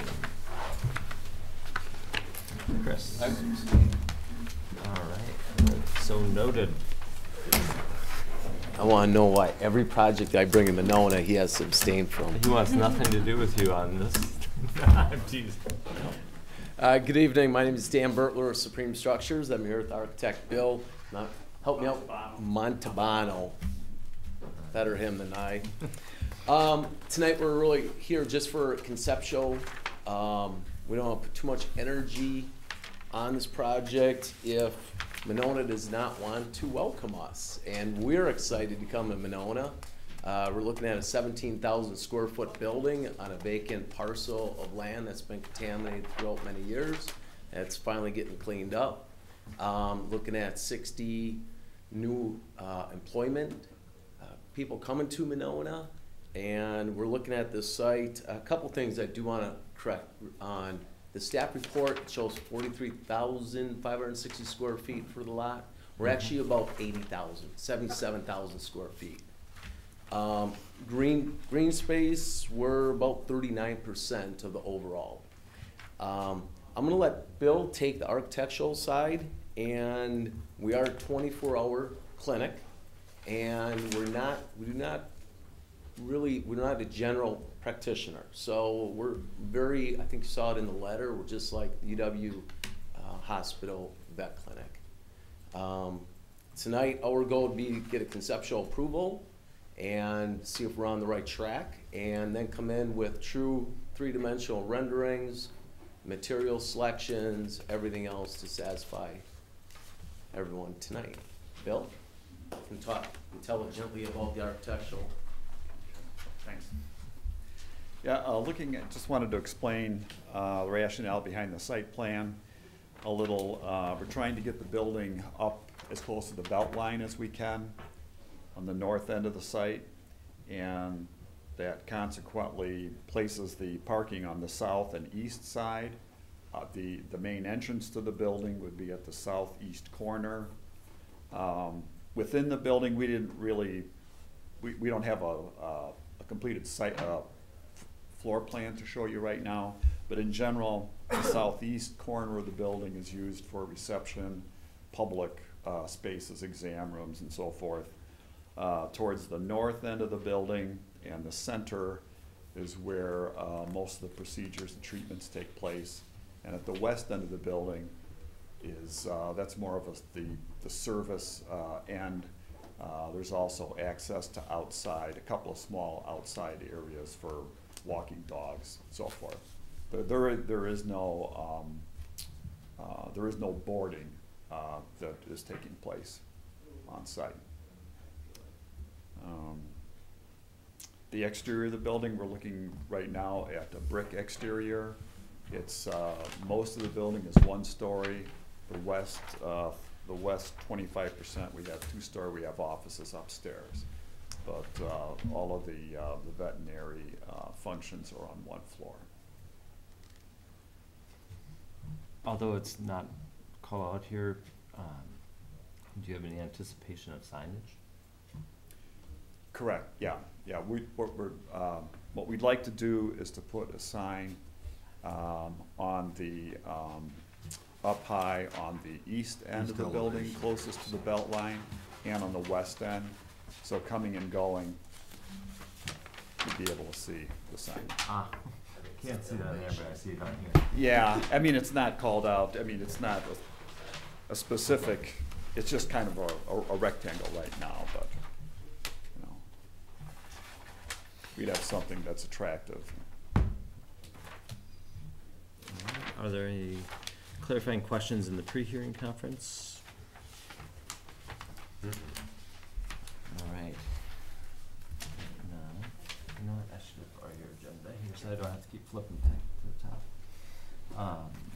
So we can close item F and move on to item G, which is the pre-hearing conference on the request for a zoning permit, site plan and building elevations for approximately 17,000 square foot clinic and office building for Madison Veterinarian Clinic at 2704 Royal Avenue, case 2004-2018. Sunny. The applicants are requesting feedback on the general land use, the general site design and architecture.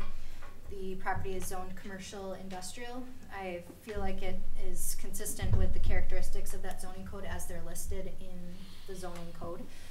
But also looking at the potential nuisances or characteristics of the use, we talked about boarding of animals, cremation of animals, other things like that. And as discussed, there is no boarding, there is no cremation for odor concerns and other things. Along those lines. For site design, I've just listed the areas for discussion. Parking seems adequate. They're at 7 in surplus over what the code requires. Green space and stormwater management details would be submitted for future review, as well as screening of accessory structures like the trash enclosure, the MRI trailer, and the outdoor areas for pets. Landscaping, lighting, signage, those are all details that would come back at a future time. All right. Commission members? I think the land use is appropriate. I have no problem with that. I like generally at this level of design how it's laid out with pushing the building to the north, keeping the parking to the back. On the east side of the property, I like how that you have this potential landscape buffer that kind of screens the parking lot. brick, I think, is great. I think it ages well, looks good. Yeah, at this stage, I think looks good. Susan? I agree. I don't have any concerns. I think it seems like a good use of land. Mm-hmm. Dale? I like everything as well. I would ask architecturally if there can be some effort made on the north elevation, that long one-story flat. You know, I wish the whole building was 2 or 3 stories, but I like the second story. Yeah, I like the second story. The 2-story portion helps, but that long flat 1-story and that long line all in the same plane. Let's just break it up with a jog or even a material change. I mean, the brick is great, but if there was just some visual relief there instead of just spanning this whole thing. And that site is elevated from the belt line, right? So when we're looking up at this one story, I mean, it's just going to be like this red brick line. So I'd like to see a break in there, or a jog in the building. You know, can't they use a closet inside that you can push out? But I love the use. I mean, it's great. Oh, if there's no boarding, but this is a hospital, aren't there any overnight stays? Sure, there would be cases where animals need to be watched overnight. Yeah, okay. But nothing like, just not kennels for people. Right.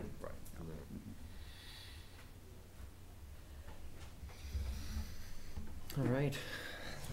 Those were similar consistent issues that I talked about. One was the length and what was actually going to be visible. That was connected to when I was asking about the sign placing of the same thing, of if you're driving by on the belt line, what's really going to be visible. Other than that, looks like a great use for the site. I have a question. Your letter notes that the number of employees could double within 5 to 7 years. Is the 17,000 square foot building designed for your 60 full-time employees or the doubled amount? There's no anticipated additions to the building right now. Okay. So I think they feel that the size of the building can handle the additional employees. Okay. All right. Did you guys get everything you need at this stage of the game? Yep, they were good. We'll come back and the full set, round number 2. All right. Thank you, everyone. Thanks. All right.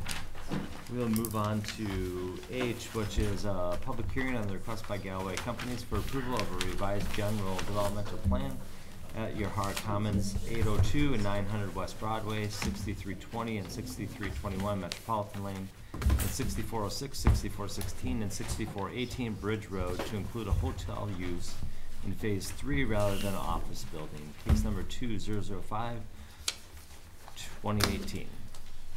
All right. And who wants to jump off? Maybe I should just give a general Yep. overview.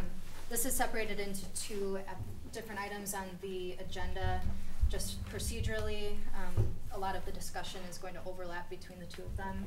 But first, the code requires that the Plan Commission determine if the proposed PIP, which is for the hotel, Avid Hotel, if that's consistent with the GDP that we approved last summer.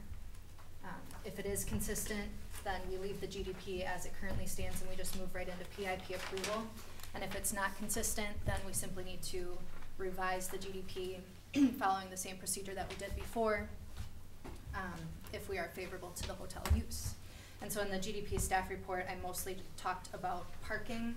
And my opinion is that the GDP would need to be revised because the hotel has a different parking use than what was the proposed office building for Phase 3. And just distilling all of the text in the staff report down to the summary on page 5, I noted that with the hotel and the other development as originally proposed in the GDP, we would be 136 parking stalls short of the code, and that does not include street parking or any shared parking agreements. That's just per code for the 3 sites, 136 parking stalls short. when you include the interior street parking, which is 65 stalls, the development overall is now short 71 stalls. If you include Bridge Road, you're down to 53 stalls short. If you include the proposed shared parking, which the developers included in his letter as sharing with Monona Bank, that's 57 shared parking stalls. In addition, you're now 4 stalls in surplus with the hotel, phase 1 as proposed, and phase 2 residential. Just to note that that does not specifically set aside any parking for the users of the public park. And I just noted a couple other things for consideration in the shared parking agreement that could potentially happen with Monona Bank. They've indicated that while they would share the 57 stalls at Monona Bank after hours, after 5 o'clock, the bank could also share the hotel's parking during the day. So that might be an area of concern for the Plan Commission. That's what I've noted for the GDP. It's largely parking and whether the land use in general is consistent with the overall concept of the master plan. And then in the PIP, can get into the parking discussion again, as well as architecture of the proposed hotel. The Avid brand, as described in the materials, includes ephes and the red and aqua colors, and it did discuss some potential alternatives to add more brick and less ephes. And you could also discuss the landscaping opportunities and general appropriateness of the land use. Great. Well, thanks for having us here tonight. We're excited to be here to talk about Phase 3, as many of you. Hang on just a second. Go ahead. If it'd be okay, I'd like to just ask one question first. You know, listening to all this, I think most of you are aware I'm on the board at Monona Bank. So if you feel of any respect it would be a conflict for me to participate, I would need to abstain, because there is some shared parking he's negotiated with the bank. Do you have your own parking stall at the bank? You know I don't. Okay, well then I think we're good. I just want to make clear everybody understands that I do sit on the board of the bank. All right. Okay. Thank you. I don't need it right now, but at some point. Okay, like I was saying, I appreciate you guys having us here tonight. We're excited to be here. Many of you have seen me many times for the last year for our overall GDP and PIP for our Phase 1. And we certainly didn't expect to be moving this quickly on Phase 3, but we're super excited to have found a partner to build on the Phase 3 site. I think what I'll do is just give a quick overview on what we're planning to do, how it differs from the overall GDP, and then Bruce Kinseth and Jeff Schrader, both from Kinseth Hospitality out of Iowa City, Iowa, have been nice enough to drive up tonight to give a good overview on Kinseth Hospitality and the Avid brand. So I think I'll let them talk about that, then I can come up and answer any other questions. I know there's going to be a lot of questions specifically on parking, on exterior materials, and how the use fits into the overall development. So essentially the site, Chris, can you help me? Yeah, could we turn on the projector, please?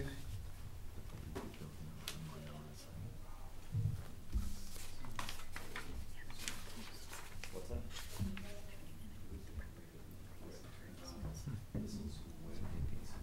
Okay.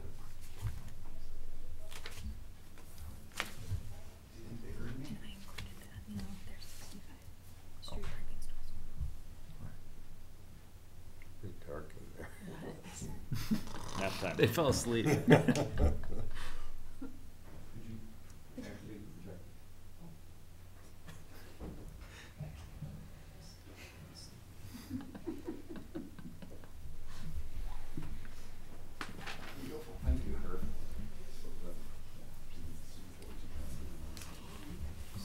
So this is our overall site plan showing both the Phase 1 apartment with retail first floor, as well as a 5-story Avid hotel. Typically the Avid hotel is a 4-story hotel. We've had to make it a little shorter here and go more vertical because we just didn't have enough land room. As you can tell, the overall plan and position of the building is almost identical to what we had in the GDP, the only difference being this is a hotel use instead of an office use. We were so short that We have had to negotiate with Monona Bank a little bit to purchase a corner of their lot where their dumpster is. In exchange, one of the things we're exploring with them is building a shared dumpster only on our lot that we would share between the hotel and the bank. The bank, for all practical purposes, has no trash removal because they shred everything. So really the only refuse removal they have is you know, food from kitchen breaks and stuff like that. The building in itself is very similar in architecture to what Plan Commission approved on our Phase 1 apartment/retail building. It's a very modern building.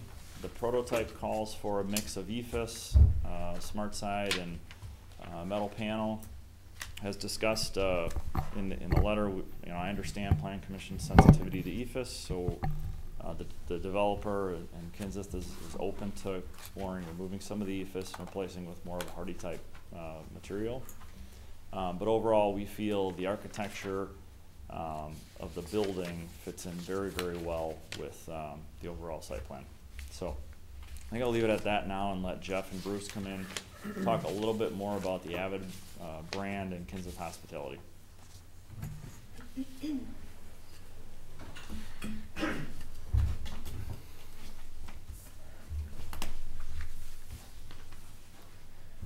Good evening. As Steve said, my name is Bruce Kinzith, and I'm Vice President of Kinzith Hospitality, along with Jeff Schrader, Director of Development of Kinzith. And we are, as Steve said, he was excited to be here. We're excited to be here tonight to be able to talk about the opportunity to build, you know, an Avid hotel here in Monona. We think the Avid will be a great brand for the hotel. But first, give you a little background of Kinzith Hospitality so that you know that you're dealing with, I think, a quality developer of hotels. We currently operate about 65 hotels through the Midwest here, about 10 or 11 of them in the state of Wisconsin, all over different cities in the state, built the majority of them new over the last 5 to 10 years here.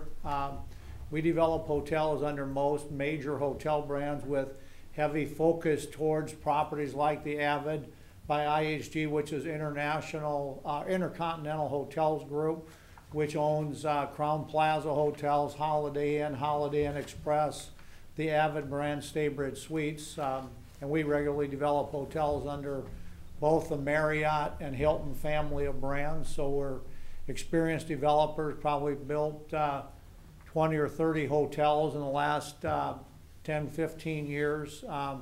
So we've got a lot of experience developing them. We're really excited to be able to bring the Avid to Monona. It's a great hotel brand. Just recently developed by the Intercontinental Hotel Group. It's going to be a brand new, all new construction hotels, and the exciting thing is there's probably going to be about 500 of them being developed over the next 5 years across the United States, and there'll certainly be others in the whole metro area here, as well as you know, springing across the Midwest. It's what I would call a millennial. It's going to all be new construction with a lot of technology throughout the hotel. Everything from digital door locks, we'll be able to use your credit card, you know, and guest entertainment systems in the room with very large TVs.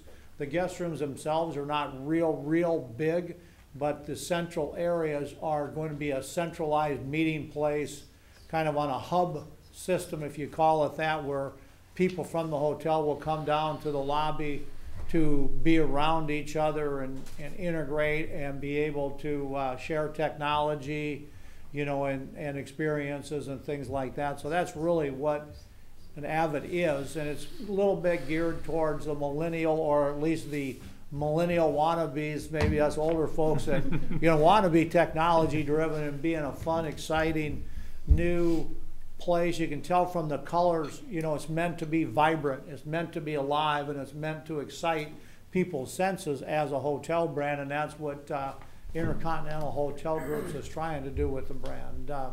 And we're excited to be able to bring it here to Monona. We think it'll be a great fit, you know, in Steve's overall development. We're excited about the other uses in the development. That will be a great fit for the Avid Hotel. So with that, I'll open it up to conversation. I don't know if Jeff wants to say anything about the Avid brand you know, across America, 'cause he's out in every market across the Midwest here, seeing different opportunities for us.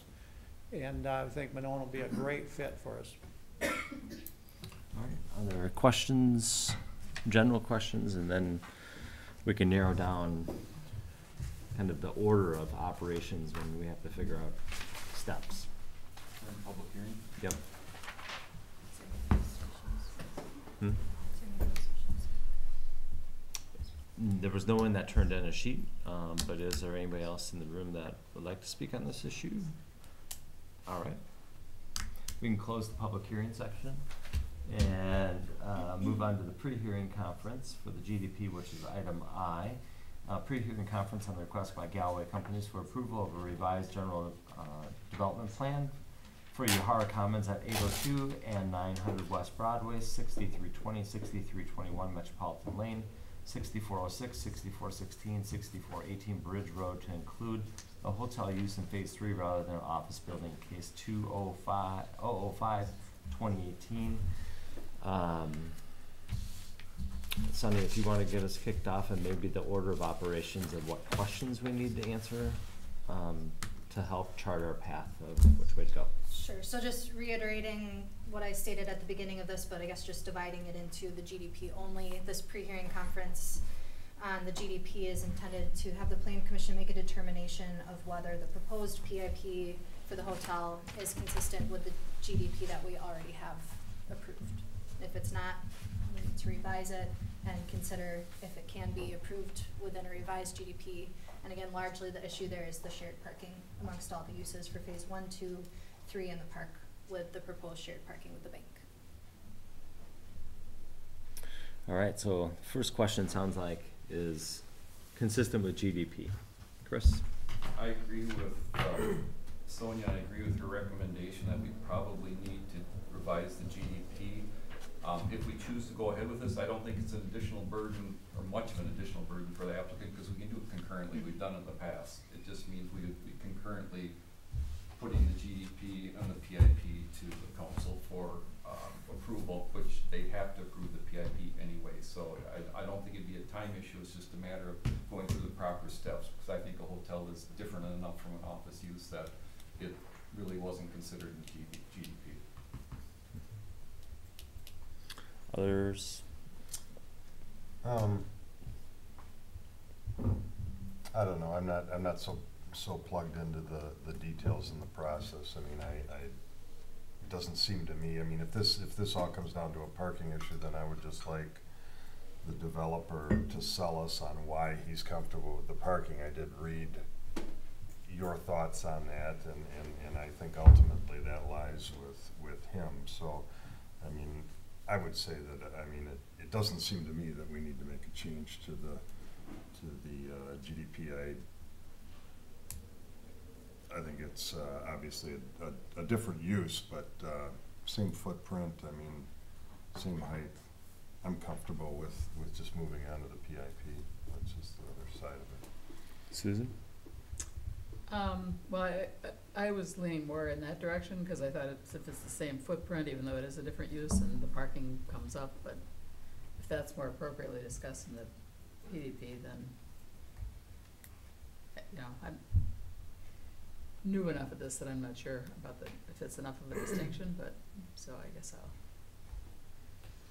but that was Sonia's recommendation too, that you felt like it was enough. I mean, it doesn't, I agree that it doesn't seem like it's that big a deal because we could talk about that tonight and bring both to the council at the same time. Is correct? Is that what I heard you say? Yeah, I would agree with what Chris right. stated too. It's really not any additional burden or discussion that needs to occur. It's just a step that the code requires us to do. Is it consistent or is it not? And because it's a general development plan for the overall site, we're looking at the other uses in phase 1, the park, phase 2, things like that. So shared parking amongst the entire project is appropriate for the GDP level, right? Okay. Where the PIP gets into site-specific issues. Okay. I'd agree with staff recommendation.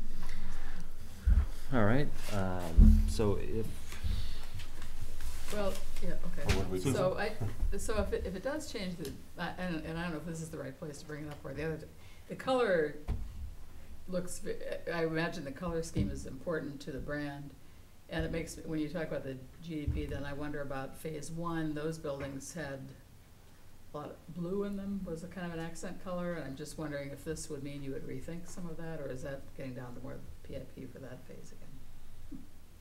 I think it would be I don't know where that- appropriate for PIP. Okay, so save it. All right, so in the pre-hearing conference, it sounds like I'm hearing that people are not necessarily sensing a concern with doing a parallel process of GDP to reflect the discussion if there was a change in use, and it may be significant enough to have people consider it at the same time, given that they can go together, GDP and PIP. And are there other questions in the GDP pre-hearing conference piece? Chris? Next obvious one would be, is it an appropriate use, and do we think it works with the rest of the development? We need to know, do we need to go through the GDP, and if we say we do, that would be the appropriate place to talk about the use. So there is a level of significance in the sense of, if we open up, well, let's just start there then, of the question around use, appropriate use for the hotel for the GDP. Chris? I'm really vacillating on this thing, and I'm going back and forth. I think the hotel will be a great draw for your subdivision. I think it would bring a lot of people in. We're always looking for businesses that will bring people into Monona and bring them there for the first time and get them coming back. This is a great one for that. I'm thinking about the parking, and I've thought about it a lot, and the more I think about it, the parking isn't a lot different than your office building. The biggest difference I see is, according to their prospectus or your development plan, you're looking at operating somewhere around 70% occupancy. Well, office operates around 100% occupancy.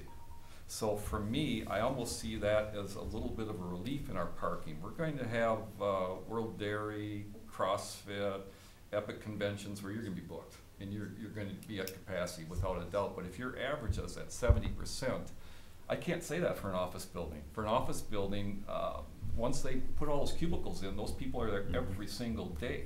So it almost seems to me like we, with this use, other than those occasional days, might be relieving some of our parking issues, unless I'm looking at this wrong. It might help us because they will not be at 100% capacity except for certain days of the year. Susan, and then Dale? Well, I actually looked for that report that was suggested in your letter, and read through that, looked up a couple others, and it was kind of interesting. There seems to be a lot more current thought that some of these restrictions that we put on builders are, over the last decade anyway, so, some of the studies are showing that they may not be justified. And there were suggestions to set a maximum amount of parking versus a minimum. Another suggestion was to simply allow private developers to set the amount that they see as appropriate, given that clearly there has to be sufficient parking for the project to work. So if you feel there's sufficient parking, that should be worth something. And another study in 2010 saying the focus in the last decade has been less on providing sufficient parking to meet demand and more on ensuring that parking does not overwhelm the desire for vibrant places. That when you have a mixed-use development like this in a suburban area, that the shared parking is very common and in fact encouraged in a lot of these developments. And that in fact they found that a lot of municipalities require more parking than is really needed. There was even a study, the title of which was Ugly by Law. Check out how parking requirements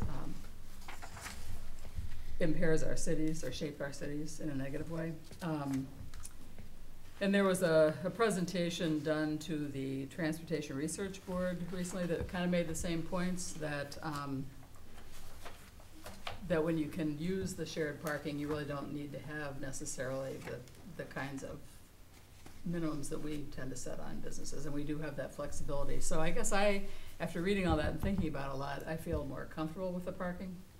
One of the challenges, it seems to me, is that the peak hours of use are going to be at the same time at the residents when the apartment building is built, the big one, you'll have the residents there at night, and the hotel parking would be more it's, you know, during the day, it may not be as much of an issue as it would be at night, but then the businesses aren't there, so.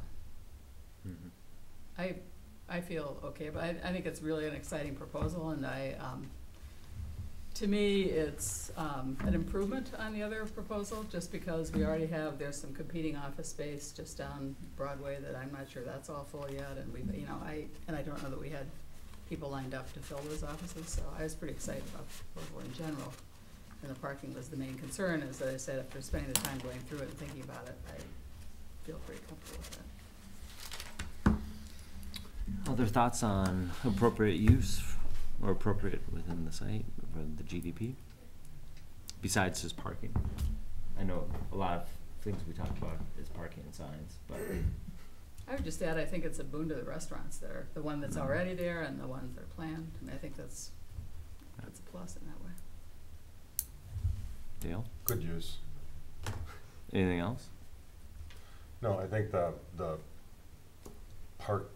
parking issue is, like Chris, you're making the comparison between office space and hotel. I think more of the question is its use at night that has changed drastically.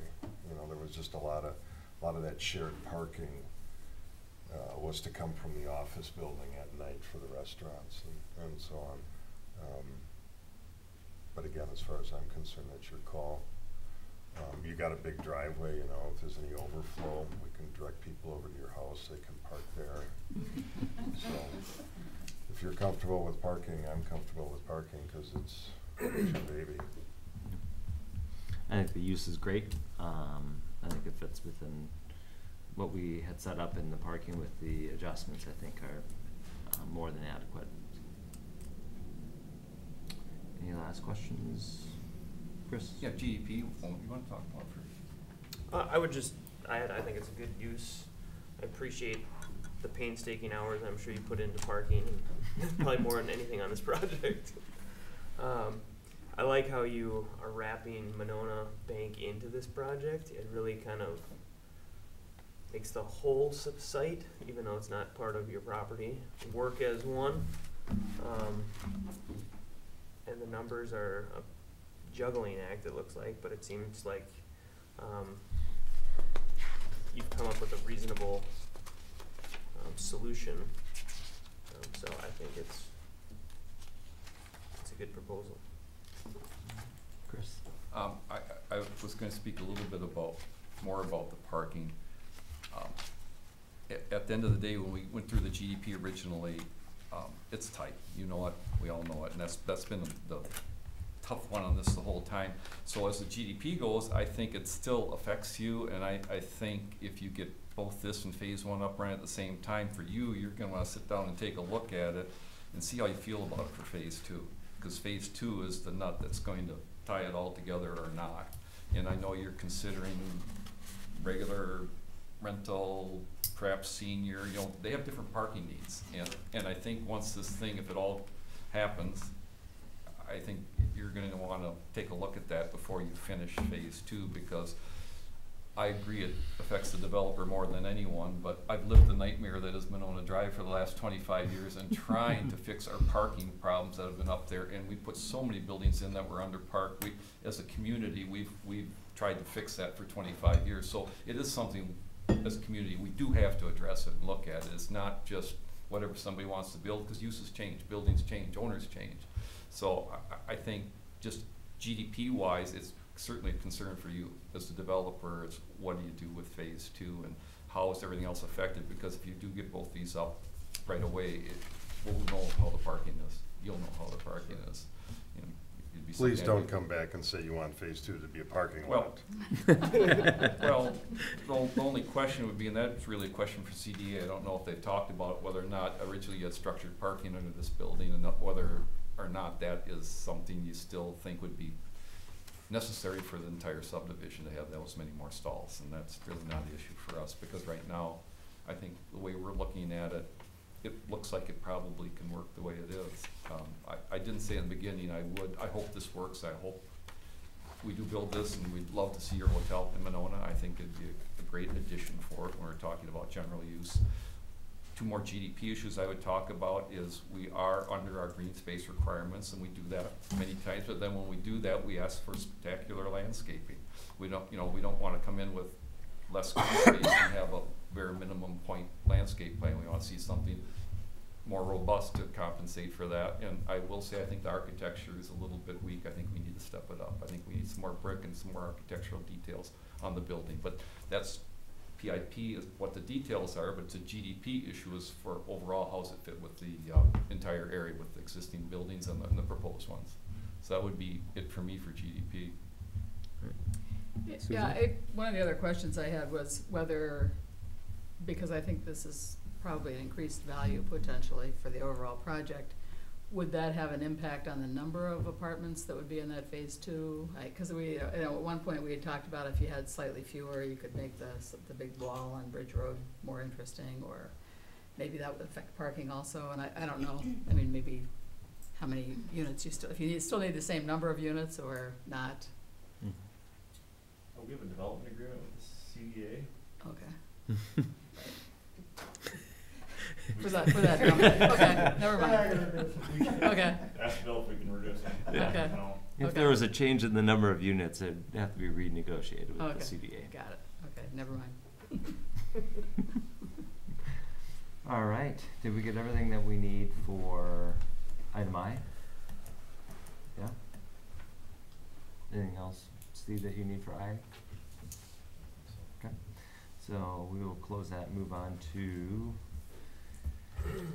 well, can we skip over J because it kind of was already addressed? Sure. So we'll open J, public hearing on the request for Galloway Companies and Kenseth Hospitality Companies for approval of Phase 3 Precise Implementation Plan, PIP, of the Yahara Commons for a 92-room Avid Hotel, Case 2006, 2018, which we've already heard the general presentation, so we'll close the public hearing section unless there's anybody else here that's to speak on this item. Seeing none, we'll close J and move on to K, which is the pre-hearing conference on the request by Galloway Companies and Kenseth Hospitality Companies for approval of Phase 3 Precise Implementation Plan, PIP, for the Yahara Commons for 92-room Avid Hotel, Case 2006, 2018. Sonny. So again, just covering the items we've discussed. First step is does it comply with the GDP? We just discussed the general consensus that that would be appropriate with the revised GDP. The general land use we've discussed a little bit. Here we can get into a little bit more detail on the proposed architecture and where alternatives might be appropriate for more brick, less EFS, that type of thing. The proposed site design would include issues like landscaping opportunities where there's a deficit of green space. Maybe there's a surplus of landscaping points provided. Get into the details of parking, any other site design issues as far as setback. And future plan submittals would include items such as detailed engineering, architectural drawings of each elevation, site lighting, and landscaping. All right, let's jump in. I will. Go for it, Dale.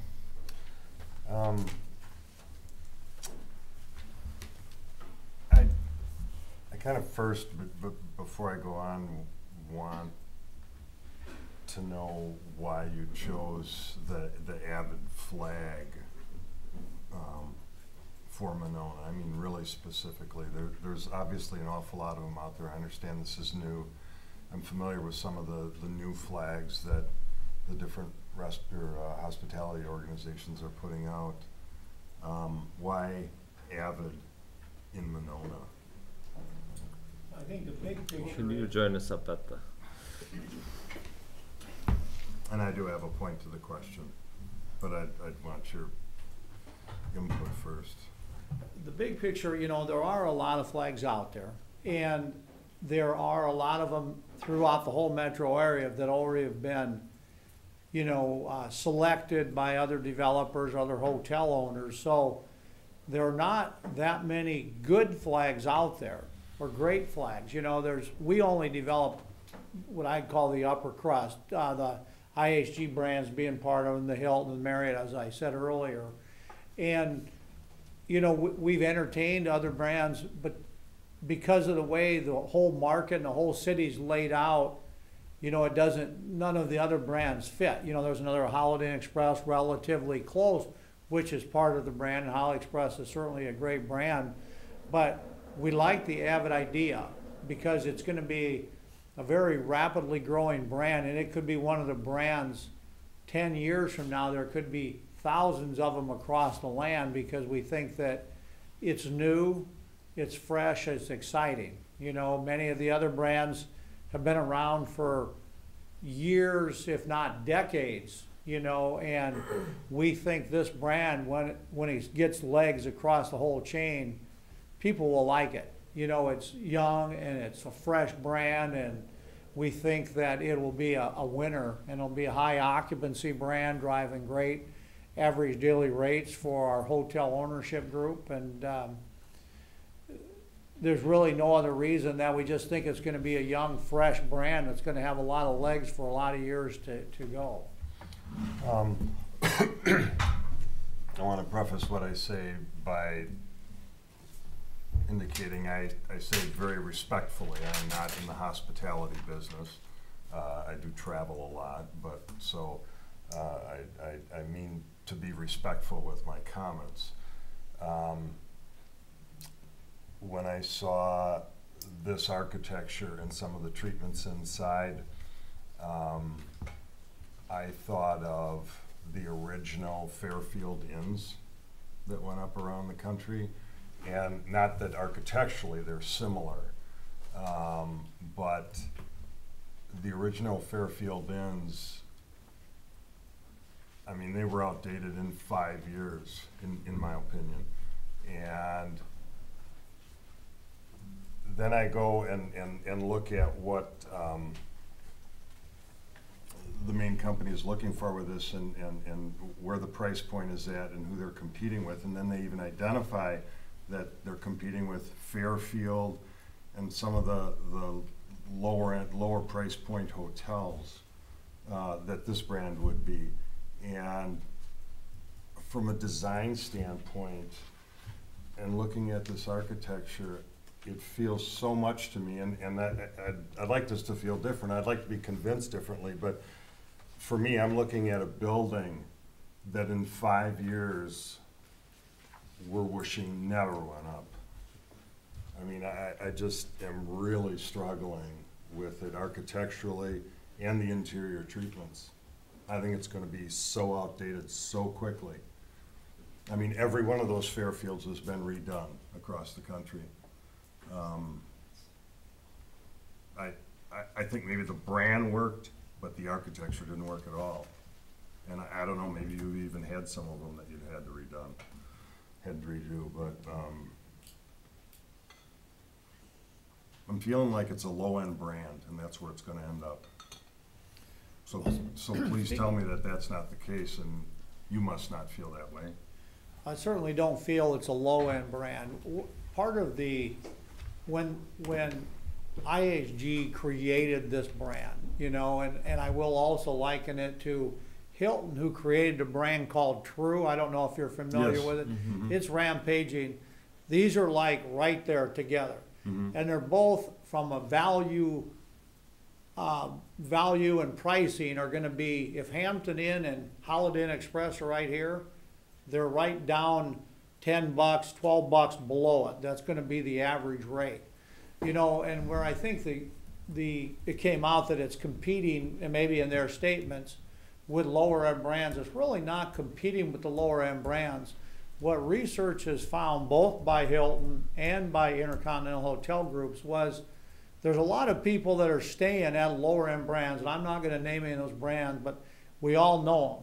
And it's probably the thing in the hotel industry that our industry is over or under demolished as opposed to getting overbuilt, because a lot of these hotels are charging $50, $55 rates and are doing $50, 55% occupancy. And you can't maintain your hotel for those kind of dollars, and those chains are not requiring the renovation necessary to keep the product quality up. IHG, along with Hilton, along with Marriott, is very demanding that you renovate your hotel every 7 to 8 to 9 years so that every carpet's replaced in that period of time. Every drape is replaced, any fabrics on any chairs, and you refresh your FF&E package every 7 to 9 years. You know, and that's what it's gonna be here, and our average daily rate is anticipated to be in excess of $100 here, okay? So we'll have the capital necessary to continue to maintain it, and part of our loans, things like that, we're gonna be continually setting aside money to keep our product quality high. You know, we take great pride in our hotels, as IHG, Intercontinental Hotel Group, takes in the hotels that they are putting out there, and they have very big hopes for this as a hotel brand, that it's gonna be one of the leading brands over the next, not just 5 years, but 20 years, because every one of them is gonna be brand new construction. And we do operate a lot of Fairfield Inns, and the new Fairfield Inns are brand new. Some of the really old Fairfield Inns that you saw built, well, I'll call it in the late 80s or early 90s, with real small lobbies. This hotel is going to have a big lobby. You know, it'll be a nice experience to have a kind of, I don't want to call it communal, but people will be able to go down there and play games, and there'll be you'll be able to drink a beer or have a glass of wine or things like that down in the space, and it'll be the same place we use for breakfast as well, kind of a great room concept with communal tables and things like that. But we really think that we as a company think this hotel brand has a lot of legs for the future. Is the decor maybe something you don't like as much, but it's very attractive to the millennial groups and the younger travelers who are making up a larger portion of the travelers today. And we think it's going to be successful from that standpoint. Every room is going to have very large 55-inch TVs, where in today's world you might see 42-inch TVs, or maybe 50-inch in some cases. But TVs are growing in every hotel room. People love big TVs. But we think it's got a lot of legs, and we think it actually pretty consistent with a lot of not just hotel building design that we're seeing across you know a lot of markets that we're in. So we are confident it'll be a successful hotel, and it'll be at a price point. It's not going to be a budget hotel, I guarantee you that. You want to send somebody there, don't ask them to ask for the $50 rate, because there probably won't be one. It'll be, hey, 100, it might be 119, but it's because we got to maintain the quality of the hotel and keep it fresh and keep it relevant in the marketplace for the consumer. I'll let the architecture go for everybody, for the rest of you. Susan? You know, it probably isn't my favorite style either, but I get the point about it appealing to the millennials, and that does look new. And I'm not sure what I think. Somebody had mentioned earlier, maybe you can do more with changing up some of the building materials. It's not readily apparent to me how you could do that, but you might have some better ideas. But I think we have Tresta was pitched more to millennials. The kind of construction there reminds me a little bit of this, and it makes sense to me. And I'm not sure where you'll land on the apartments that are going up with what you'll pitch those to, but I think it fits in. I think the orange jumps out at me, and that's where I thought when I went back to the original drawings of the other Phase 1 buildings, I wasn't sure how that color, if you should go back and revisit those, if this is a requirement of this brand, was my only concern about color that I raised before. Otherwise, I'm okay with it. I mean, I know what you're saying about the interior too. I looked at the chair and thought, was that chair I'd like to sit in? Yeah, maybe not, but it's very contemporary, and that's what you're going for. So.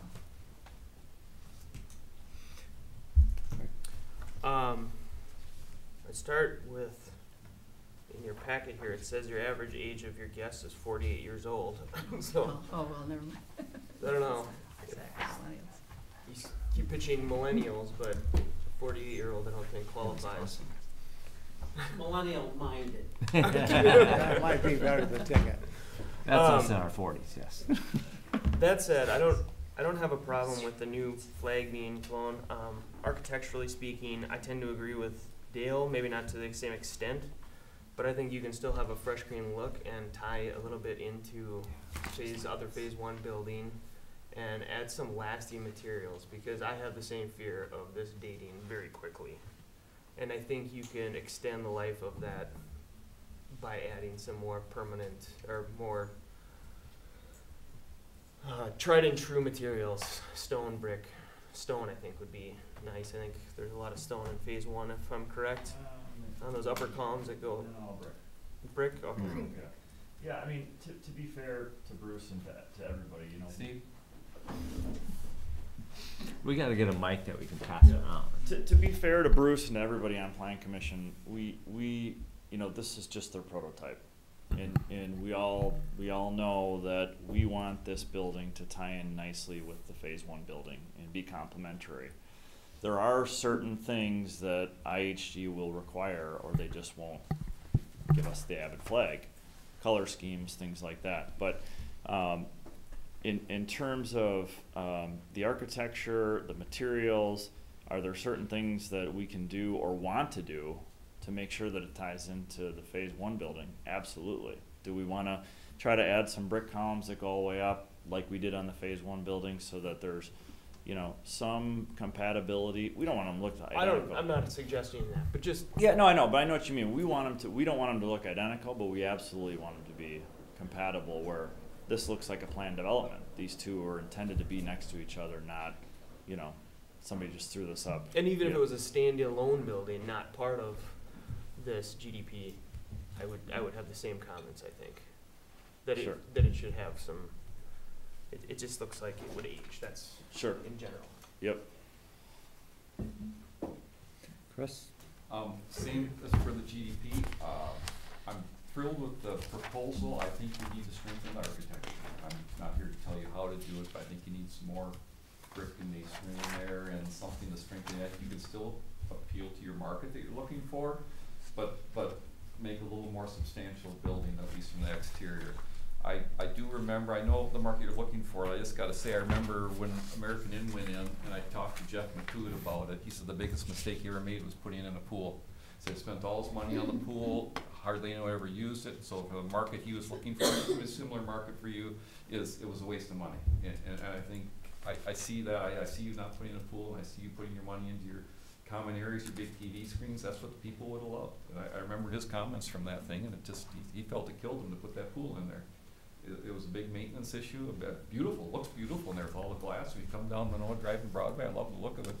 But you know, I don't know the hotel business. For him, it was a killer. So I think the direction you're going for the people you're looking for is great. I want to see something more substantial with architecture. And then, as I mentioned, we talked about it.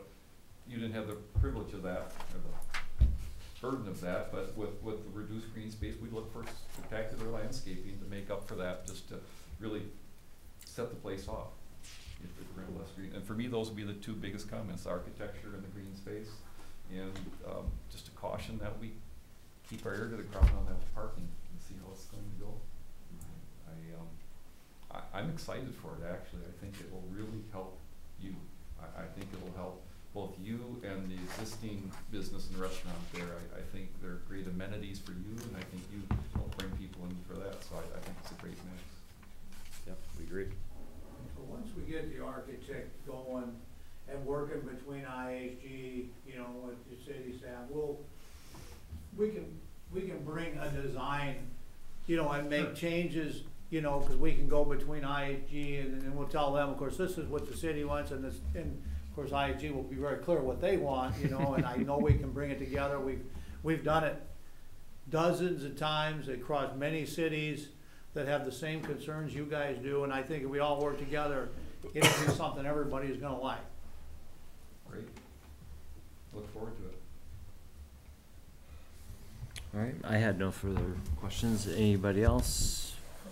Is there anything that you didn't hear at this pre-hearing conference that you need from us? I don't think so.